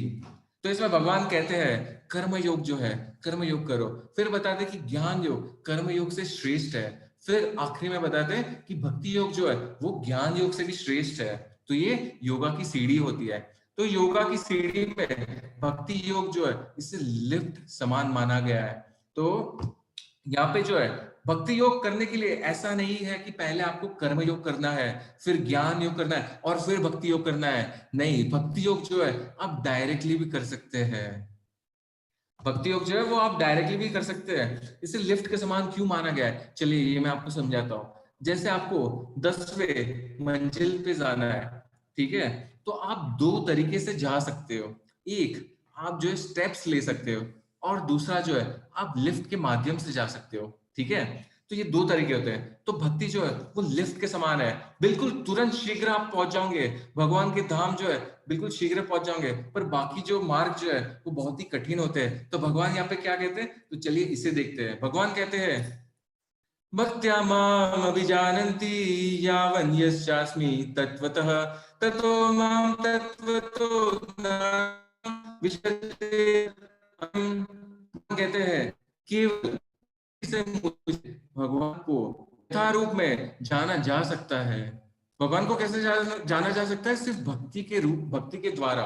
जब मनुष्य ऐसी भक्ति से मेरे पूर्ण भावनामृत में होता है तो वो वैकुंठ जगत में प्रवेश करता है। तो भगवान कहते हैं जो मेरी भक्ति करेगा वो वैकुंठ में मेरे में प्रवेश करेगा। चलिए मैं आपको एक स्टोरी सुनाता हूँ, दक्षिण भारतीय ब्राह्मण की कहानी। तो एक ब्राह्मण उसने आदेश दिया था कि तुम जो है भगवत गीता का पठन करो भगवान के सामने, हर दिन तुम्हें पठन करना है। पर ये ब्राह्मण जो था वो बहुत ज्यादा एजुकेटेड नहीं था, तो वो जो है श्लोका जो पढ़ता था वो टूटी फूटी हुआ पढ़ता था और लोग उस पर हंसते थे। एक दिन जो है चैतन्य महाप्रभु साउथ इंडिया का टूर कर रहे होते हैं, तो वो टूर के समय वो इस ब्राह्मण से मिलते रामेश्वरम में, और ये ब्राह्मण जो है उन्हें देखते हैं। तो भगवान जो है चैतन्य महाप्रभु जो है वो कहते हैं कि हे ब्राह्मण, तुम जो भक्ति से बहुत ही खुश दिख रहे हो पर तुम्हारे आंसू भी बह रहे हैं और तुम्हारे लोग चेष्टा कर रहे हैं, तो इसका कारण क्या है? तो फिर वो बताता है कि मुझे मेरे गुरु ने आदेश दिया था कि मैं हर दिन भगवत गीता का पठन करूं, पर मैं इतना पढ़ा लिखा नहीं हूं, तो जो टूटा फूटा बोलता हूं, तो इसलिए ऐसा होता है। और मैं इसलिए रो रहा हूं क्योंकि भगवान जो है, मैं भगवान का ये जब चित्र देखता हूं कि भगवान कैसे इतने ऐश्वर्य, भगवान होने के बावजूद भी अर्जुन के ये रथ चला रहे हैं। ये भगवान जो है अर्जुन के रथ चला रहे हैं कि भगवान जो है हमसे कितना प्रेम करते हैं, भगवान भक्तों से कितना प्रेम करते हैं। तो ये देख के जो है अश्रु मेरे बह जा रहे हैं। तो भगवान कहते हैं इसी ने गीता का सार असली में समझा है। भगवान की भक्ति से जो है हमें सारे ज्ञान प्राप्त हो जाते हैं। कोई भगवत गीता के सारे श्लोक भी पढ़ ले पर भगवत गीता के आदेश को अपने जीवन में नहीं उतार पाता है। बहुत सारे ऐसे लोग होते हैं भगवत गीता के श्लोक पढ़ ले पर जीवन में नहीं उतार पाते। तो जीवन में उतार पाना ये बहुत जरूरी है। तो इस ब्राह्मण ने वो कर दिया, तो इसने गीता का सार समझ लिया है। भगवान कृष्णा ही श्रेष्ठ है, भगवान कृष्णा की भक्ति ही श्रेष्ठ है। भगवान अपने भक्त से कितना प्रेम करते हैं और गुरु का हमें पालन करते हैं। उसने गीता का सार जो है समझ लिया है, यही गीता का सार है। तो हरे कृष्णा जप से आपको सारा ज्ञान अपने आप प्राप्त हो जाएगा। तो इसलिए हमें जो है हरे कृष्णा जप हर दिन करना चाहिए। फिर आगे भगवान कहते हैं ज्ञान 18वें अध्याय, आप 64 श्लोका पे पहुंच गए। और यहाँ पे भगवान क्या कह रहे हैं? भगवान कह रहे हैं क्योंकि तुम मेरे अत्यंत प्रिय मित्र हो, अतएव मैं तुम्हें अपना परम आदेश जो सर्वाधिक गुह्य ज्ञान है वो बता रहा हूं। इसे अपने हित में लिए सुनो, इससे अपने हित के लिए सुनो। तो यहाँ पे जो है गुह्य ज्ञान, गोपनीय ज्ञान आगे बताने वाले हैं अर्जुन को। तो क्या आप सब भी सुनना चाहते हैं ये गुह्य ज्ञान के बारे में? ये आगे के 2 श्लोका में भगवान बताते हैं इस गुह्य ज्ञान, इस गोपनीय ज्ञान के बारे में। तो चलिए देखते हैं भगवान क्या कहते हैं। मन्मना भव मद्भक्तो मद्याजी माम नमस्कुरु मामेवैष्यसि सत्यम ते प्रतिजाने प्रियोसि मे। तो भगवान कहते हैं 4 चीज। भगवान कहते हैं सदैव मेरा चिंतन करो, मेरे भक्त बनो, मेरी पूजा करो और मुझे नमस्कार करो। इसी प्रकार तुम निश्चित रूप से मेरे पास आओगे। मैं तुम्हें वचन देता हूं अर्जुन, क्योंकि तुम मेरे परम प्रिय मित्र हो। तो भगवान जो है हमें 4 चीज के बारे में वर्णन कर रहे हैं। बहुत ही महत्वपूर्ण श्लोक है, हमें 4 चीज करने के लिए कह रहे हैं। ये गोपनीय ज्ञान है। तो क्या कह रहे हैं? सदैव मेरा चिंतन, मेरे भक्त बनो, मेरी पूजा करो और मेरा नमस्कार करो। इससे तुम निश्चित रूप से मेरे पास आओगे। और भगवान जो है पब्लिकली वचन दे रहे सबके सामने है कि जो भी मेरी भक्ति करेगा ऐसे, वो मेरे पास आएगा। तो ये भगवान कहते हैं, भगवान जो है अपना हार्ट रिवील करते हैं यहाँ पे। और आगे कहते हैं, ज्ञान का सबसे गोपनीय हिस्सा यह है कि व्यक्ति को कृष्णा का शुद्ध भक्त बनना चाहिए और हमेशा उसके बारे में सोचना चाहिए। और उसके लिए हमें जो है भगवान के लिए कार्य करना चाहिए। जीवन को इतना ढाला जाना चाहिए कि हमेशा कृष्ण के बारे में सोचने का मौका मिले। व्यक्ति को हमेशा इस तरह से कार्य करना चाहिए कि उसकी सभी दैनिक गतिविधियां कृष्ण के संबंध में हो। तो सारी चीजें हमें जो है भगवान से जोड़ना है। और भगवान अंत में इस शरणागति के बारे में बताते हैं। तो यहाँ पे क्या कहते हैं, सर्वधर्मान परित्यज्य मामेकं शरणं व्रज अहम तम सर्व पापेभ्यो मोक्षयिष्यामि मा शुचः। तो भगवान कहते हैं समस्त प्रकार के धर्मों का परित्याग करो और मेरे शरण में आओ अर्जुन। मैं समस्त पापों से तुम्हारा उद्धार कर दूंगा, डरो मत। तो भगवान यहाँ पे अर्जुन को आश्वासन देते हैं। भगवान कहते हैं तुम सारे धर्मों का परित्याग करके मेरी शरण ले लो। तो यहाँ पे कहते हैं माम एकम, सिर्फ मेरी शरण लो। भगवान कहते सिर्फ मेरी शरण लो, मेरी शरण में आओ और मैं क्या करूंगा, तुम्हें सारे पापों से उद्धार कर दूंगा। हे अर्जुन तुम डरो मत। भगवान बोलते हैं तुम सिर्फ मेरी शरण में आ जाओ। तो चलिए मैं आपको एक उदाहरण देना चाहता हूं शरणागति का, बिल्कुल उत्तम उदाहरण जो रामायण से मैं आपको बताता हूं। तो एक बार क्या होता है, वानर सेना होती है। तो वो वानर सेना देखती है कि जो विभीषण है और उसके साथ जो दो राक्षस है वो आ रहे हैं। तो वो वानर सेना सोच में पड़ जाती है और राम भगवान को बताती है कि हे प्रभु ये विभीषण आ रहा है, हमें क्या करना चाहिए। तो भगवान जो है सुग्रीव, अंगद, हनुमान और बाकी लोगों के साथ चर्चा करते हैं और भगवान पूछते हैं कि हे वानरों आपको क्या लगता है कि हमें क्या करना चाहिए। तो सुग्रीव कहते हैं हे प्रभु ये राक्षस जाति के हैं, ये राक्षस जाति के, इन्हें हमें स्वीकार नहीं करना चाहिए। ये राक्षस जाति के, इन्हें हमें स्वीकार नहीं करना चाहिए। फिर भगवान अंगद को पूछते कि क्या करना चाहिए। तो अंगद कहते हैं कि हे प्रभु अगर विभीषण जो है वो शरणागति के लिए आ रहा है तो भगवान हम स्वीकार तो कर सकते हैं बट हमें कोई रक्षक रखना चाहिए ताकि वो देख सके, ताकि वो कोई गलत कार्य नहीं कर रहा है, उसका भाव जो है, उसका मन जो है वो सही है कि नहीं। और हनुमान जो है, भगवान हनुमान की तरफ देखते हैं और कहते हैं हनुमान तुम्हें क्या लगता है।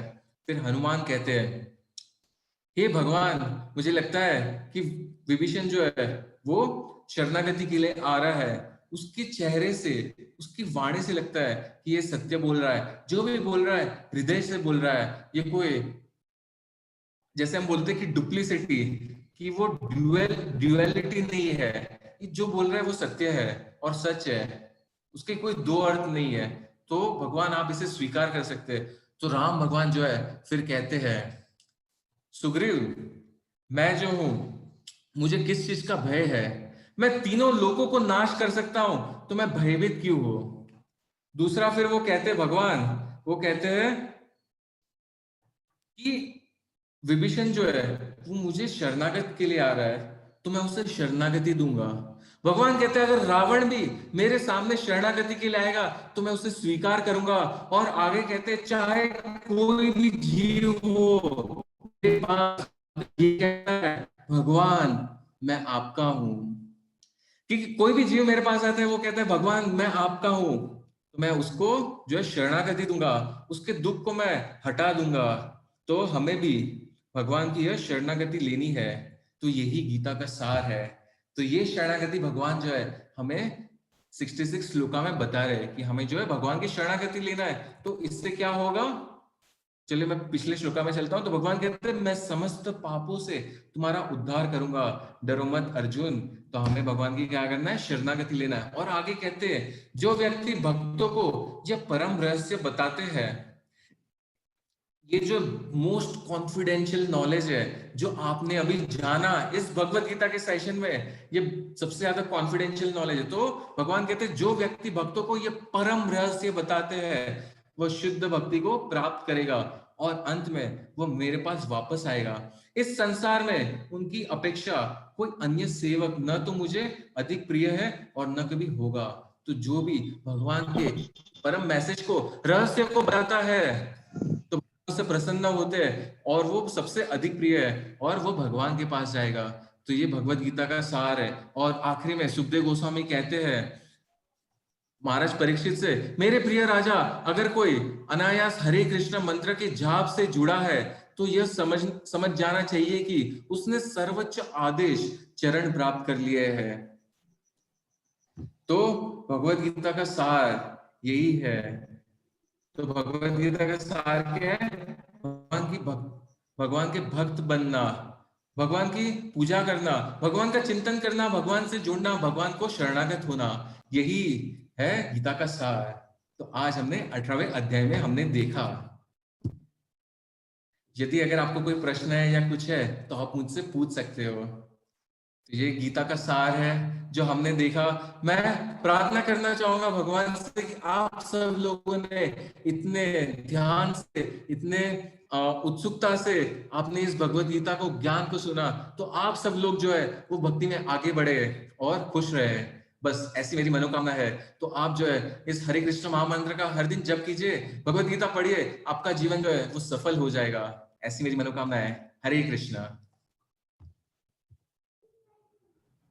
आपका कोई भी प्रश्न है तो आप चैट बॉक्स में लिखिए या अनम्यूट होके आप पूछ सकते हैं।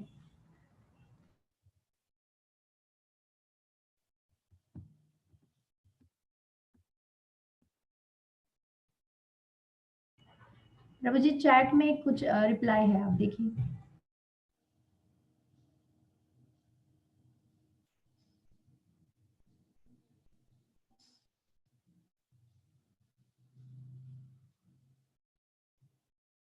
तो भगवान कहते कर्मयोग करो। रोहित प्रभु समझो, तो भगवान ऐसा नहीं कहते कि सब कुछ त्याग करके बिल्कुल मेरे पास आ जाओ। भगवान जो है स्टेप बाय स्टेप प्रोसेस बताते। भगवान करते हैं तुम मेरे लिए कार्य करो और फल की अपेक्षा ना करो। तो जैसे तुम्हारी जो फैमिली है वो तुम पे डिपेंडेंट है और तुम भक्ति करना चाहते हो, तो ऐसा नहीं कि हमें सब कुछ छोड़ के, जैसे मैंने वो स्लाइड में बताया था कि सन्यास जैसे सब कुछ छोड़ के और वो क्या है, वो भक्ति कर रहा है। तो भगवान हमें ये नहीं बताते कि हमें सब कुछ छोड़ के, हमें जो है हमारा कर्तव्य करना है, हमें जो है हमारा कार्य करना है और भगवान की सेवा भी करना है।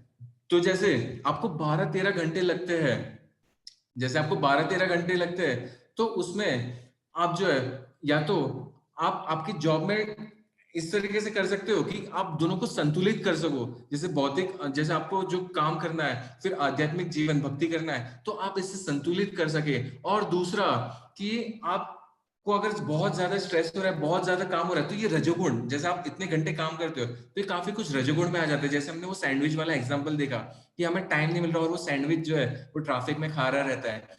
तो आपके पास, तो आप जो है वो ट्राई कर सकते हो कि आप ऐसा जॉब ढूंढो जिसमें आप पीसफुली दोनों चीजें अच्छे से बैलेंस करके कर सको। तो इस लेवल पे मैं इतना ही बताना चाहूंगा कि हमें जो है हमारे कार्य करना चाहिए। हमें हमारे कार्य से छोड़ के, ऐसा नहीं कि हमें हमारे कार्य छोड़ के ऐसे भक्ति करना है, भगवान ऐसा कभी नहीं बोलते। हमें जो है हमारे कार्य करते रहना चाहिए और भगवान की भक्ति हमें करना है। तो दोनों को हमें जो है साथ में लेके चलना है। और अगर आपको इतना ज्यादा अगर समय जा रहा है तो आपको ट्राई करना चाहिए कि आप ऐसे जॉब में जाए जहां पे आपको बैलेंस मिले, आप दोनों को अच्छे से बैलेंस कर पाए और आप आपके फैमिली को भी टाइम दे पाएंगे ऐसे।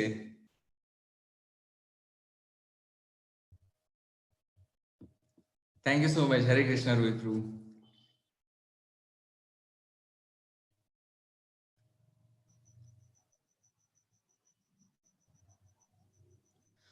माता जी आप कुछ अनाउंसमेंट करना चाहते हैं? हाँ हाँ प्रभु जी, अगर किसी के कोई प्रश्न है तो आप पहले आंसर कर दीजिए। हरे कृष्णा। प्रभु जी सबसे पहले एक क्वेश्चन पूछा था, 15 अध्याय का पहला श्लोक का मीनिंग हाँ उन लोगों को बताना है।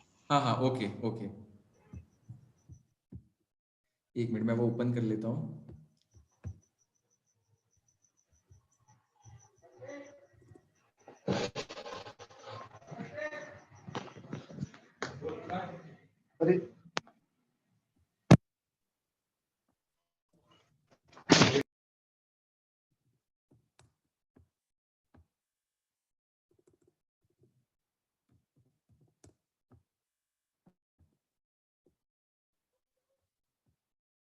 अच्छा, तो आपको ये बनियान ट्री के बारे में जानना है कि उसके रूट्स ऊपर होते हैं और ब्रांचेस जो उसकी शाखाएं होती है वो नीचे होती है। And whose leaves are the Vedic hymns, one who knows this tree is the knower of the Vedas. Okay, तो ये पहला श्लोक है। ठीक है, तो चलिए मैं आपको स्लाइड पे लेके चलता हूँ।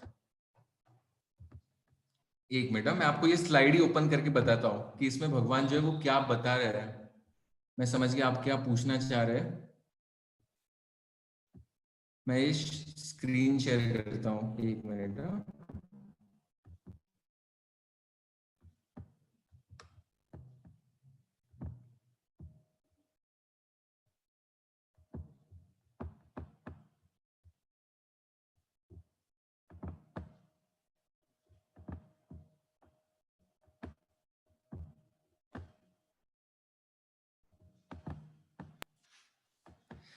तो आपका प्रश्न था कि ये जो है हम आध्यात्मिक जगत जो है, जो स्पिरिचुअल वर्ल्ड जो होता है, तो जैसे हम यहाँ पे देख रहे हैं ये आम के पेड़ की तरह होता है, ये असली आम के पेड़ की तरह होता है। तो spiritual world is the real world, और भौतिक दुनिया जो होती है वो इसका प्रतिबिंब होती है।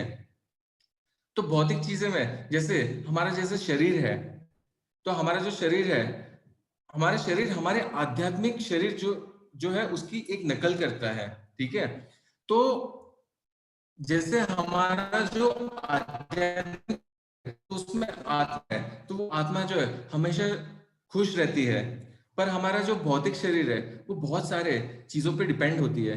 तो ये जो आध्यात्मिक जीवन है, तो ये तो वहां पे हम कैसे समझो, तो ये एक, तो यहाँ पे हमारी रियल लाइफ होती है, हम यहाँ पे असली तरीके से जीते हैं। पर ये भौतिक दुनिया जो है, तो जैसे हम आध्यात्मिक जीवन में, आध्यात्मिक जगत में रहते हैं, तो वैसे ही हम भौतिक दुनिया में भी है। पर यहाँ पे जो है ये सारा एक प्रतिबिंब है। तो ये प्रतिबिंब की तरह क्यों कहा गया है? तो हम मनुष्य के जैसे ही है, हम सारे कार्य करते हैं, पर यहाँ पे जो है हम बिल्कुल पूरे सुख का आनंद नहीं ले पाते हैं। एक मिनट, तो इसको फिर से समझाने की कोशिश करता हूं।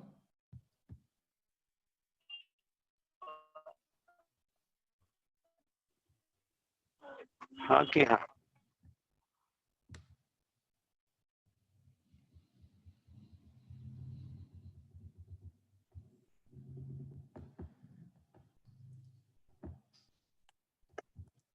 एक मिनट में आपको ये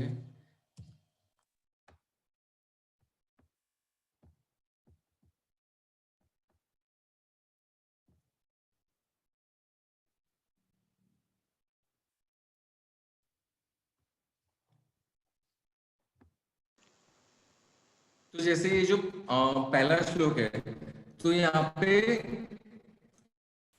बताया गया इस भौतिक जगत के बंधन की तुलना जो है वो इस वृक्ष के साथ की गई है। जो व्यक्ति सकाम कर्मों में लगा है उसके लिए इस वृक्ष का कोई अंत नहीं होता है। वह एक शाखा से दूसरी शाखा में और दूसरे से तीसरी शाखा में घूमते रहता है। इस जगत रूपी वृक्ष का कोई अंत नहीं है, और जो इस वृक्ष में आसक्त है उसकी मुक्ति की कोई संभावना नहीं होती है। ठीक है, वैदिक स्तोत्र जो बताए गए, तो इसमें कैसे कहा गया, इस वृक्ष की जड़ें ऊपर की ओर बढ़ती है क्योंकि ये इस ब्रह्मांड के सर्वोच्च लोक के प्रारंभ, सर्वोच्च लोक जो है ब्रह्मांड जो है वहां से ब्रह्मा जी स्थित होते हैं। यदि कोई इस मोह रूपी अविनाशी वृक्ष को समझ लेता है तो वह इस पूरे भौतिक जगत से बाहर निकल सकता है। बाहर निकलने की इस विधि को जानना आवश्यक है। पिछले अध्याय में जैसे बताया चुका है कि भगवान की जो भवबंधन है, भवबंधन से निकलने की कई विधि है। हम 13वें अध्याय तक यह देख चुके कि जो भगवत भक्ति जो है वही सर्वश्रेष्ठ है। तो भक्ति का मूल सिद्धांत क्या है? भौतिक कार्यों से विरक्ति तथा भगवान की दिव्य सेवा करना। तो ये जो अध्याय है यहाँ पे हमें क्या बताया गया है, वो ऊपर की ओर बढ़ती है। इसका अर्थ है कि ब्रह्मांड के सर्वोच्च लोक संपूर्ण भौतिक पदार्थ है और यह प्रक्रिया शुरू होती है। वहीं से सारे ब्रह्मांड का विस्तार होता है, जिसमें अनेक लोग उसकी शाखाओं के रूप में होते हैं। इसके फल जो है वो जीव के कर्मों के फल है, अर्थात धर्म, अर्थ, काम तथा मोक्ष के इसमें फंसे हुए हैं। यद्यपि इस संसार में ऐसे वृक्ष का जिसकी शाखाएं जो है नीचे की ओर हो और जड़ें जो है ऊपर की ओर हो तो कोई अनुभव नहीं है। किंतु बात कुछ ऐसी है, ऐसे वृक्ष जो जलाशय के निकट पाए जा सकते हैं। हम देख सकते हैं कि जलाशय के तट पर उगे वृक्ष का प्रतिबिंब जल में पड़ता है तो उसकी जड़ें ऊपर तथा शाखाएं नीचे की ओर दिखती है।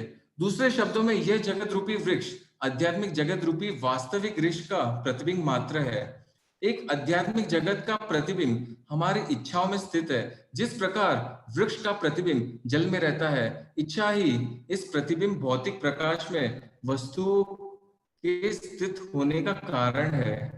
जो व्यक्ति इस भौतिक जगत के बाहर निकलना चाहता है, उसे जो है इस अध्ययन के माध्यम से इस वृक्ष को भली भांति जान लेना चाहिए। तो ऐसा जो है यहाँ पे वर्णन बता गया है भगवत गीता में, तो ये वृक्ष के बारे में बताया गया है।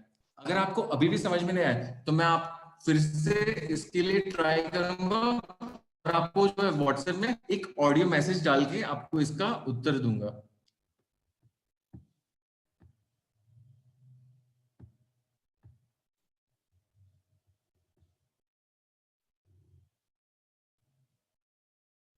तो जैसे रोहित प्रभु ने कहा है कि हमें कोई टारगेट रखना चाहिए, 50 lakh 75 lakh Krishna chanting in entire life. तो प्रभु जी ऐसा कहा गया है कि हमें जो है 16 माला जप करना चाहिए प्रतिदिन। हमें जो है 16 माला जप करना चाहिए और एक माला में 108 बार हम हरे कृष्ण महामंत्र का जप करते हैं। तो ऐसे 16 बार हमें हर दिन जप करना चाहिए।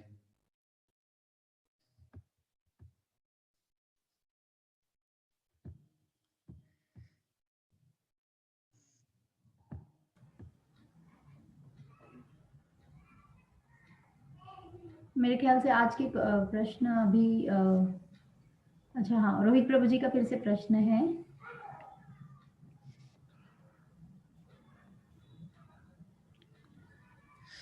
यस रोहित प्रभु, तो 108 बीट्स होते हैं, तो ऐसे जो है हमें 16 बार पूरी माला को करना है।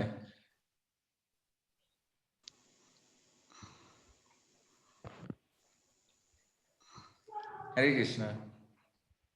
हरे Krishna. You can conclude. Then I will give some. हरे कृष्णा। सो सौरभ प्रभु जी ने जो हम लोगों को बताया कि किस तरीके से जो भौतिक जगत है आध्यात्मिक जगत का प्रतिबिंब है, यानी कि जो बरगद का पेड़ का एग्जाम्पल या आम के पेड़ का जैसा प्रभु जी ने दिया, तो उसका अर्थ क्या है कि भौतिक जगत में भी हम लोग देखें तो सब लोगों को क्या चाहिए, सब लोगों को प्रेम चाहिए। लेकिन क्या भौतिक जगत में हम लोगों को सच्चा प्रेम प्राप्त हो पाता है? अगर सच्चा प्रेम सच में अगर भौतिक जगत में होता तो सब लोग एक दूसरे से प्रेम के साथ रह रहे होते। लेकिन यहाँ पर क्या होता है, उसका प्रतिबिंब एक बोला जाता है कि परवर्टेड रिफ्लेक्शन, यानी कि उसका थोड़ा सा हम लोगों को परछाई जैसा महसूस होता है। यानी प्रेम तो है, अगर हम लोग देखें तो माता का अपने बच्चों के प्रति जो प्रेम है वो आध्यात्मिक जगत में जैसा प्रेम है उसके जैसा है। यानी कि माता अपने बच्चे को प्रेम करती है बगैर किसी भी इच्छा के कि उसका बच्चा उसके प्रति भी उस तरीके से कार्य करेगा या नहीं। उसका बच्चा भी उसके लिए जिस तरीके से वो रात रात भर जगती है, अपने बच्चे का पालन पोषण करती है और सदैव यही चाहती है कि उसका बच्चा खुश रहे, और ये इच्छा नहीं करती कि कल को बच्चा भी उसे खुश रखने की कोशिश करे। तो ये बहुत हद तक आध्यात्मिक जगत जैसा प्रेम है। लेकिन उसके बावजूद भी उसका रिफ्लेक्शन, लेकिन उसके बावजूद भी पूरी तरीके से ऐसा नहीं होता। कई बार जब होते हैं माता पिता भी जब बूढ़े हो जाते हैं, फिर उनको भी एक्सपेक्टेशन होता है नहीं मुझे, मेरे बच्चे को भी मुझे प्रेम करना चाहिए। लेकिन आध्यात्मिक जगत में क्या होता है, प्रेम कृष्ण भगवान ने जैसे बताया कि प्रेम कोई भी आदान प्रदान या कोई बिजनेस जैसा नहीं है कि अगर मैंने प्रेम किया तो मुझे प्रेम रिटर्न चाहिए। वो अनकंडीशनल और बगैर किसी अभिलाषा के होता है। तो आध्यात्मिक जगत में ऐसा प्रेम सब जीवों के बीच परस्पर होता है और उसका ही रिफ्लेक्शन यहाँ पर हम लोग ढूंढते हैं, इसीलिए हम लोग मित्रता करते हैं। हम लोग मित्र से भी यही एक्सपेक्ट करते हैं कि वो हमें हर परिस्थिति में प्रेम करेगा, परंतु थोड़े समय ऐसा होता है, फिर अगर परिस्थितियां बदल गई, आप पहले उसके समान धनी थे, अब आपके पास धन नहीं रह गया, तो वो मित्रता कड़वी होती जाती है। तो इस तरीके से जो भौतिक जगत है वो आध्यात्मिक जगत की नकल है, लेकिन अगर आप लोग भक्ति करेंगे तो धीरे धीरे इन सब चीजों को और गहराई से समझ पाएंगे और देख पाएंगे कि रियल में या सच्चाई में हम लोगों को जो प्रेम चाहिए वो तभी पॉसिबल है जब हम लोग भगवान की भक्ति में अपने को एंगेज करते हैं, अपनी भगवान की भक्ति में अपने को लगाते हैं। क्यों? क्योंकि कोई भी इंसान जिस तरीके से हम लोग चाहिए उस तरीके से हम लोग को प्रेम का आदान प्रदान नहीं कर सकता, परंतु अपना प्रेम अगर हम लोग भगवान के को प्रेम करने में लगाते हैं तो भगवान हमारे हृदय को समझते हैं और वो उस तरीके से हमें आदान प्रदान करते हैं। इसीलिए जो नाम जप होता है वो भी भगवान से एक प्रकार से आदान प्रदान करने का तरीका होता है। अगर हम ध्यान पूर्वक भगवान का नाम सुनेंगे तो जो भगवान से हम लोग को प्रेम प्राप्त होगा उसके बाद हमें और किसी चीज की उत्कंठा नहीं रहेगी। इसीलिए आप देखेंगे कि जो इंसान नाम जप करता है उससे कहीं पार्टी में जाने या कहीं पर कहीं घूमने जाने, विदेश घूमने जाने, किसी भी चीज की इच्छा नहीं होती, क्योंकि वो सबसे ज्यादा सुख नाम जप के द्वारा उठाता है। फिर उसको ऐसा नहीं रहता कि वो पूरी दुनिया में कहीं भाग रहा है किसी के पीछे, उसको स्वयं ही भगवान के द्वारा जब प्रेम प्राप्त होता है तो वो पूरी तरीके से परिपूर्ण हो जाता है। तो इस तरीके से भौतिक जगत और आध्यात्मिक जगत का तुलना हुई है, और भौतिक जगत में हर चीज अस्थायी होती है, यानी समय के साथ हर चीज का जन्म होगा, हर चीज बूढ़ी हो जाएगी, हर चीज की मृत्यु होगी। भले वो इंसान हो, इंसान के साथ भी वही होगा, बड़े से बड़े प्लेनेट्स यानी ग्रहों के साथ भी यही होता है, उनका एक जन्म होता है, एक समय बाद वो पूरी तरीके से जैसे स्टार्स के बारे में हम लोग जानते हैं कि वो भी ब्लैक होल में कन्वर्ट हो जाते हैं। तो हर चीज का एक स्टार्ट और एक एंड है, एक शुरुआत है और एक खात्मा है इस भौतिक जगत में हर चीज का। अच्छे से अच्छा घर भी बनाएंगे, कुछ समय बाद वो जीर्ण शीर्ण हो जाएगा। लेकिन आध्यात्मिक जगत ऐसा नहीं है, वहां पर समय का कोई फैक्टर नहीं होता, यानी समय का कोई वहां पर रोल नहीं होता कोई। वहां पर हर चीज पूरी तरीके से इटर्नल यानी कि परमानेंट यानी स्थायी होती है। तो जो भी तो हम लोग देख सकते हैं कि कृष्ण भगवान भी जब भगवत गीता में जब ये मैसेज भी दे रहे थे भगवत गीता का, तो कैलकुलेशन पर्सपेक्टिव से यानी अगर गणना की जाए तो उस समय 125 वर्ष के थे, लेकिन तब भी वो पूरी तरीके से नव यौवन थे। तो सेम स्थिति रहती है आध्यात्मिक जगत में कि हर कोई नव यौवन रहता है, कोई बुढ़ापा, बीमारी या मृत्यु जैसा कुछ नहीं होता, और वहां पर कोई समय का प्रभाव नहीं होता। समय भौतिक जगत के लिए यहाँ पर हर चीज समय के साथ अंत हो जाती, वहां हर चीज प्रेजेंट यानी कि वर्तमान स्थिति में होती है। तो वहीं पर इंसान अपनी जो वास्तविक स्थिति है सच्चिद आनंद उसे महसूस कर सकता है, क्योंकि आत्मा सच्चिद आनंद है। अगर हम लोग भगवान से प्रार्थना भी करते हैं तो यही करते हैं कि हम कभी बीमार ना हो, कभी बूढ़े ना हो, कभी मृत्यु ना हो, पूरे हमें ज्ञान हो, तो सच्चिद आनंद, और हम हमेशा खुश रहें। तो आनंद की हम लोग अभिलाषा करते हैं, हम लोग हमेशा इटर्नल रहना चाहते हैं, कभी मृत्यु को प्राप्त नहीं होना चाहते हैं। और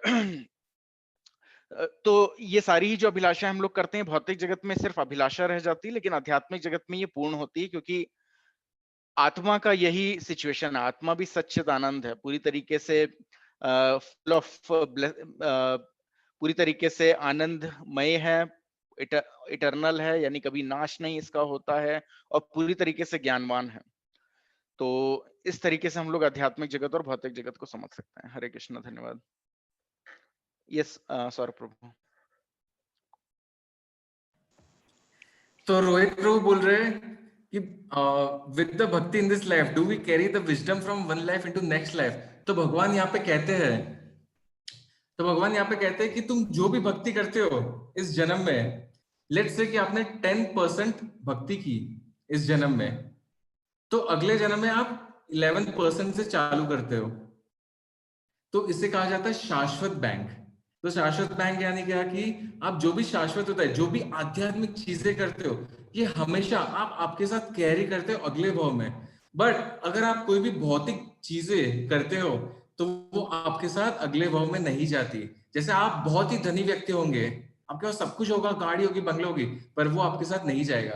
पर आप जो भी आध्यात्मिक कार्य करते हो, ये बहुत ही इंपॉर्टेंट क्वेश्चन रोहित प्रभु ने पूछा है सबके समझने के लिए। आप जो भी आध्यात्मिक कार्य करते हो इस भौतिक जगत में, वो सारे आपके साथ अगले भाव में भी जाते हैं और वहां से आप फिर भक्ति चालू करते हो। थैंक यू बहुत प्रभु जी, बहुत सुंदर कहा आपने। ये बात बिल्कुल सही है कि वो हम लेके जा सकते हैं, स्टोर कर सकते हैं और कैरी भी कर सकते हैं और बाकी जो काम है वो सब यही रह जाएगी सब। बहुत सुंदर, बहुत सुंदर। थैंक यू, बहुत सुंदर। नारायण नारायण, बहुत श्री सुंदर। कृष्ण।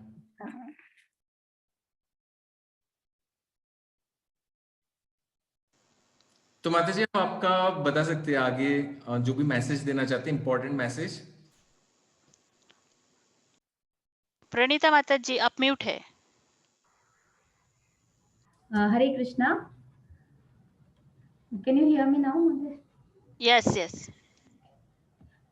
तो गुरु परंपरा और ज्येष्ठ वैष्णव की कृपा से ही आज हम ये गीता सार आप तक पहुंचा सके हैं, उसका प्रयास हम कर पाए हैं।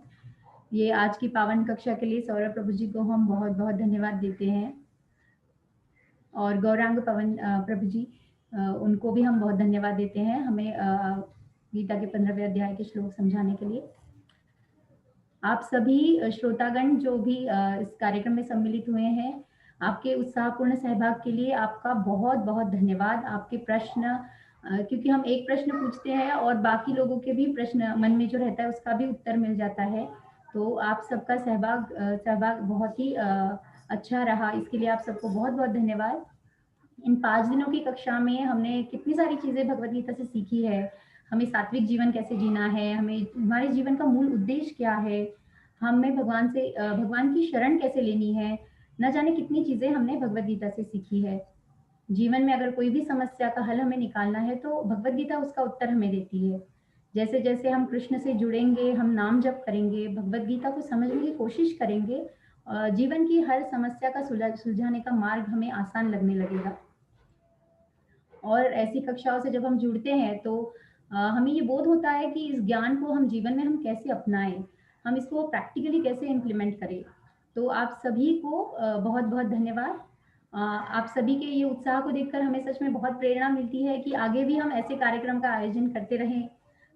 यदि आप सब लोग इंटरेस्टेड है, आपको रुचि है, तो भगवद गीता और भागवतम पे हमारे जो भविष्य में कार्यक्रम होंगे उससे अगर आप जुड़ना चाहते हैं तो हमने अभी एक चैट बॉक्स में एक फॉर्म दिया है आपकी प्रतिक्रिया लेने के लिए। तो अगर आप वो फॉर्म भर के देते हैं, आप वो फॉर्म एक्चुअली जरूर भरिए, क्योंकि आपकी प्रतिक्रिया और फीडबैक के अनुसार ही फिर हम आपको आगे के कार्यक्रमों के साथ जोड़ने के लिए संपर्क करेंगे। तो ये फॉर्म आप सब जरूर भरिएगा, ये हम व्हाट्सएप पर भी भेज देंगे, तो आप वहां से भी भर सकते हैं। तो मैं रिक्वेस्ट करता हूँ कि आप सब लोग जो है इस फॉर्म को भरिए। अगर आप भी इच्छा रखते हो कि आप आगे जो है भगवद गीता को और डिटेल में समझ सके, और आपकी अगर ये इच्छा है, तो अगर बहुत सारे लोग जो अगर इंटरेस्टेड रहेंगे तो हम आगे इसको और डिटेल में इसका सेशन ले सकते हैं। ये तो हमने सिर्फ 5 दिन में जो इंपॉर्टेंट टॉपिक्स थे बस वही कवर किए हैं। तो अगर आप चाहते हैं कि अगर आप ये आगे भी और डिटेल में समझना चाहते हैं, प्रैक्टिकल अप्लाई करना चाहते हैं, तो ये फॉर्म को भरिए और फिर हम ये फॉर्म के बेसिस पे बहुत सारे लोग अगर इंटरेस्टेड रहेंगे तो हम आगे डिटेल में इसका सेशन जरूर चालू करेंगे। जी जी। और हमारा जो व्हाट्सएप ग्रुप है हिंदी का, उसमें आप जुड़े रहिएगा, क्योंकि आगे के जो भी कार्यक्रम रहेंगे ना उसकी जानकारी हम आपको उसी पर देंगे, उसी ग्रुप पर। हरे कृष्णा प्रभु जी, उनको प्रभु जी, एक आपकी माला कैसे करनी है, यानी बीट बैग कैसे पकड़ना है, वो सब माला कैसे पकड़ना है, और 108 माला का एक राउंड होगा, ये सब आप एक्सप्लेन कीजिए प्लीज। ओके ओके ठीक है, चलिए मैं स्क्रीन शेयर करता हूं, मैं आपको बताता हूं कि कैसे करना है हमें।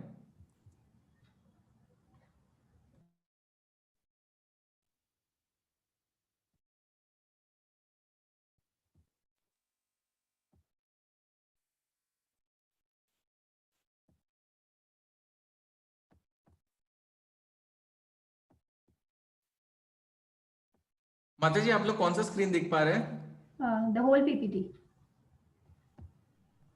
नहीं, एक मिनट, मैं फिर से शेयर करता हूं।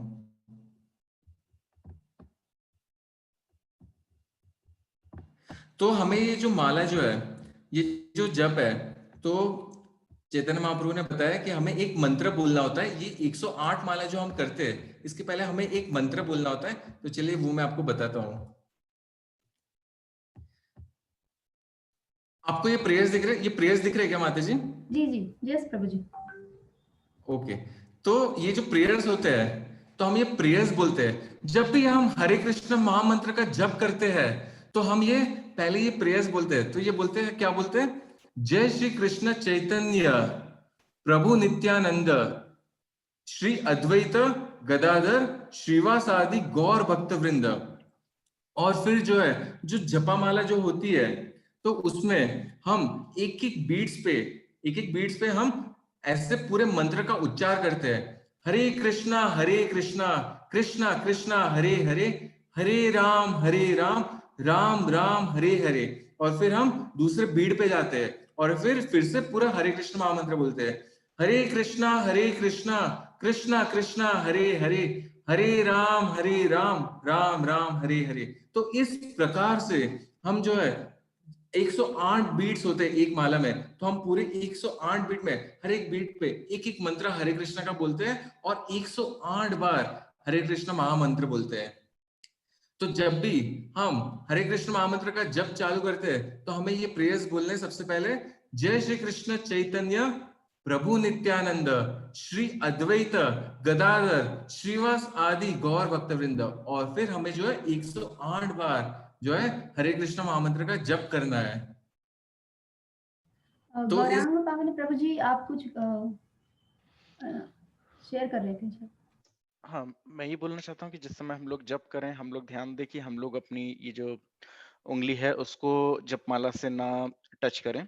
भगवान का नाम भगवान से अभिन्न होता है। और हम लोग क्यों चैतन्य महाप्रभु को प्रे करते हैं? क्योंकि कलयुग में चैतन्य महाप्रभु ने आकर बताया, क्योंकि कलयुग में हम लोग जानते हैं मंद सुमंद मतियो मंद भाग्य, यानी कलयुग में ना तो किसी के पास ज्यादा बुद्धि है शास्त्रों को समझने के लिए, ना ही लोगों के अंदर इतना सामर्थ्य है कि लोग सुबह उठकर नहा धोकर भगवान की पूजा अर्चना कर सके। तो चैतन्य महाप्रभु ने इतना आसान कर दिया है कि सिर्फ भगवान का नाम लेने के मात्र से ही इंसान को पूरी तरीके से भगवान का ज्ञान हो जाएगा। और भगवान का ज्ञान होते ही पूरा आध्यात्मिक जगत का ज्ञान, अपनी स्वयं की स्थिति का ज्ञान हो जाएगा। इसलिए सबसे पहले हम लोग चैतन्य महाप्रभु, नित्यानंद प्रभु, क्योंकि चैतन्य महाप्रभु अपने सारे पार्षद, जब भी भगवान आते हैं अपने साथ में अपने इटर्नल एसोसिएट अपने पार्षदों के साथ आते हैं, तो उन सबको पहले प्रे करते हैं, ताकि, क्योंकि नाम जब भगवान का जब हम लोग करते हैं उसे बहुत ही ध्यान पूर्वक सुनना चाहिए। लेकिन कई बार हम लोग उतना ध्यान भगवान के नामों में नहीं लगा पाते, तो कोई भी त्रुटि की वजह से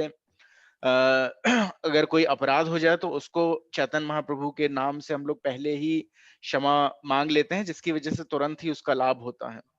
तो ऐसे ही जप की क्या महिमा है, इन सब विषयों में हम लोग आगे भी और सेशन करेंगे। तो इसीलिए इस व्हाट्सएप ग्रुप में आप लोग बने रहिए। हर चीज थोड़े विस्तार से, एक एक सेशन हफ्ते में 1 घंटे का एक सेशन होगा, क्योंकि हम लोग पूरा दिन हम लोग अलग अलग कार्यकलापों में लगे रहते हैं।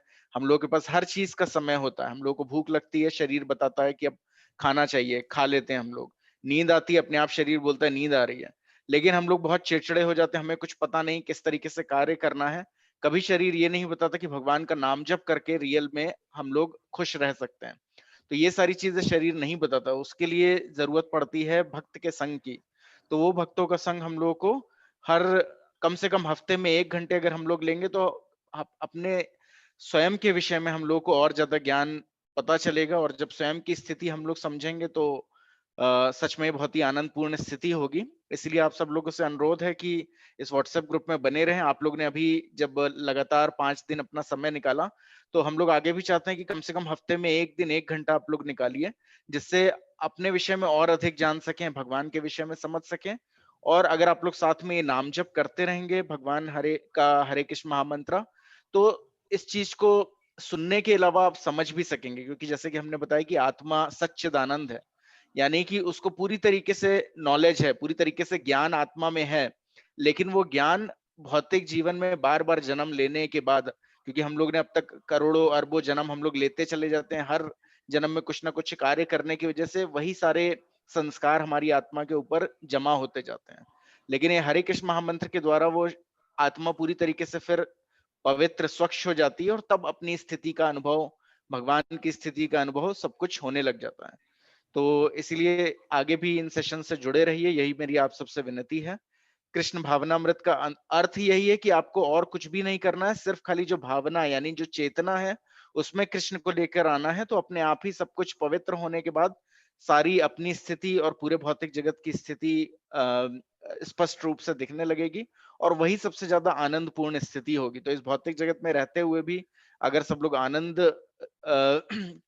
को पाना चाहते हैं तो कम से कम हफ्ते में एक बार भगवान का जो सेशन है, और ये सब पूरी तरीके से मुफ्त है, इसका कोई भी चार्ज नहीं है, उसे अटेंड कीजिए और इसका लाभ प्राप्त कीजिए। क्योंकि हम लोगों ने इसका लाभ प्राप्त किया तो सब लोग चाहते हैं कि आगे भी ये लाभ सबको पूरी तरीके से मुफ्त मिले, क्योंकि भगवान का नाम, भगवान सब अभिन्न है और इसका कोई भी मूल्य नहीं है, ये सब अनमोल है।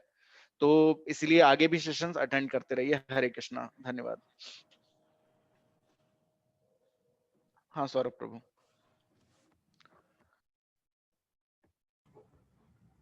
प्रभु जी एक क्वेश्चन है चैट में।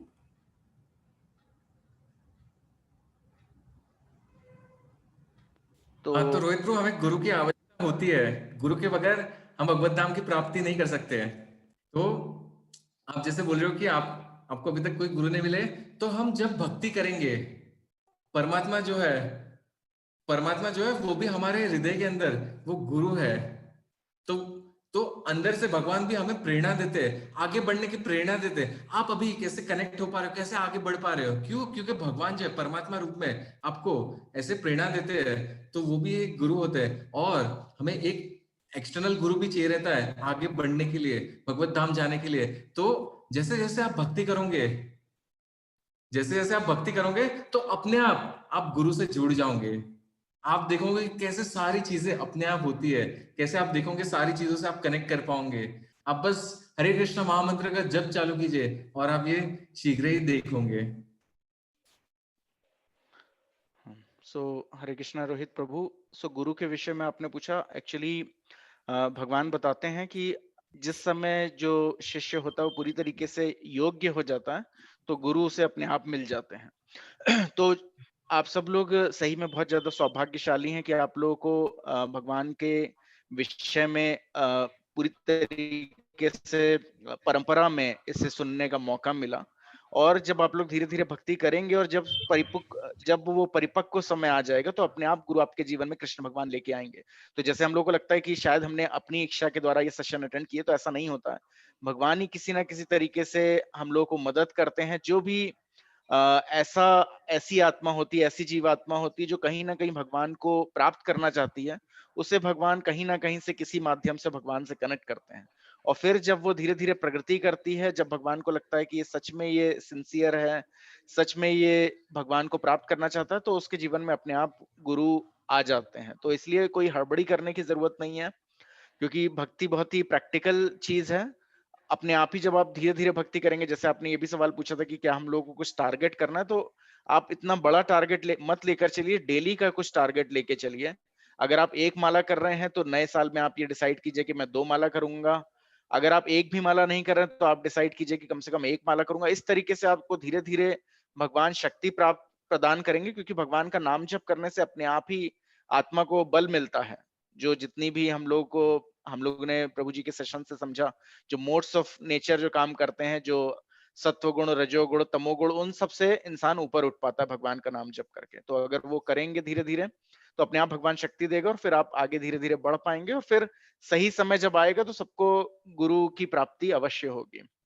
तो वैसे भी ये परंपरा में है पूरी तरीके से, तो ये जो ज्ञान है वो गुरु परंपरा के द्वारा ही आ रहा है। तो ये भी एक प्रकार से जो सौरभ प्रभु हैं वो भी हम लोग के शिक्षा गुरु की तरह यहाँ पर कार्य कर रहे हैं। तो एक प्रकार से हम लोग समझ सकते हैं कि हम लोग पूरी तरीके से एक आध्यात्मिक गुरु परंपरा से जुड़े हुए हैं इन सेशंस को सुनने से भी। हरे कृष्णा। धन्यवाद। प्रभु जी, मैं एक कुछ शेयर करना चाह रही हूँ। हेलो जी माता जी। हाँ माता जी बोलिए। हाँ, मैं बेंगलोर में सुरभि कुंज है, आप हो सकता है जानते होंगे, आपका हाँ ये माता जी, हम लोग सुरभि कुंज, हाँ हम लोग। हाँ, तो आप जुड़े हुए, तो मैंने वहीं से स्टार्ट किया है। मैं वहां किसी के साथ गई, मेरे साथ एक रहती थी सोसाइटी में, उनके साथ मैं गई और मैंने पहले वहीं से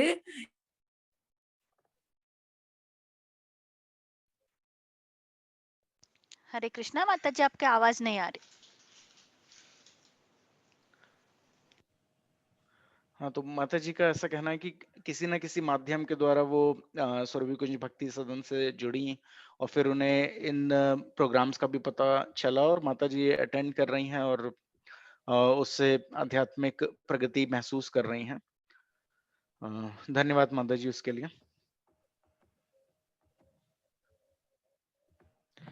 किसी और का भी कोई भी प्रश्न है तो वो अपने को अनम्यूट कर सकता है और हम लोग उसका उत्तर देंगे। और इसके अलावा हर संडे, अगर कोई भी आप लोगों को, हर सैटरडे, हर शनिवार को अगर कोई भी आपको प्रश्न होता है, आप लोग पहले बोलना होगा। हरे कृष्णा। हरे कृष्णा।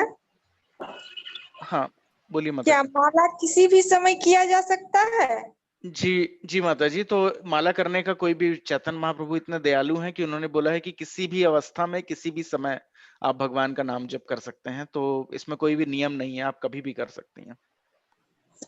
क्या रात में सोने से पहले कर लिया जा सकता है माला? कर सकती है माता जी, लेकिन अच्छा ये होता है कि जैसे अगर हम लोग सुबह नहा के करें वो सबसे अच्छा है, लेकिन कोई भी, क्योंकि सोते समय ऐसा भी हो सकता है कि हम लोग नींद में ही चले जाएं और भगवान का नाम ध्यान पूर्वक ना जप कर सके। सुबह का समय, वातावरण जो सुबह का होता है वो बहुत ही ज्यादा अच्छा होता है भगवान का नाम सुनने के लिए, तो सुबह के समय अगर कर सके वो सबसे अच्छा है, क्योंकि पूरे दिन फिर आप पूरी स्फूर्तिमय तरीके से भगवान को ध्यान कर पाएंगी। अगर रात के समय करते हैं तो फिर हम लोग सीधे सो जाते हैं, तो उससे अच्छा है कि सुबह करें, बट अगर सुबह समय नहीं मिलता तो आप रात में भी कर सकते हैं। थैंक यू गुरुजी। हरे कृष्णा।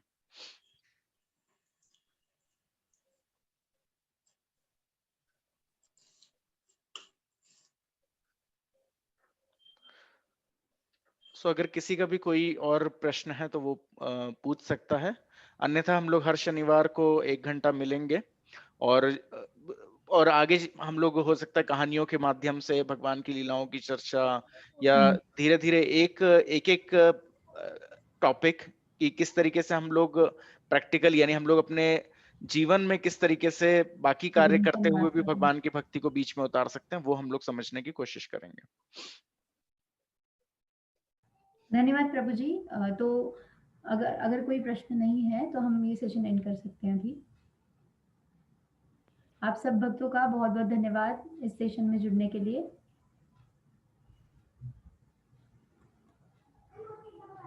चलिए हम सब लोग एक बार हरे कृष्ण महामंत्र का जप करते हैं और आज के कार्यक्रम का समापन करते हैं। हरे कृष्णा कृष्णा कृष्णा हरे हरे, हरे राम राम राम हरे हरे। हरे कृष्णा।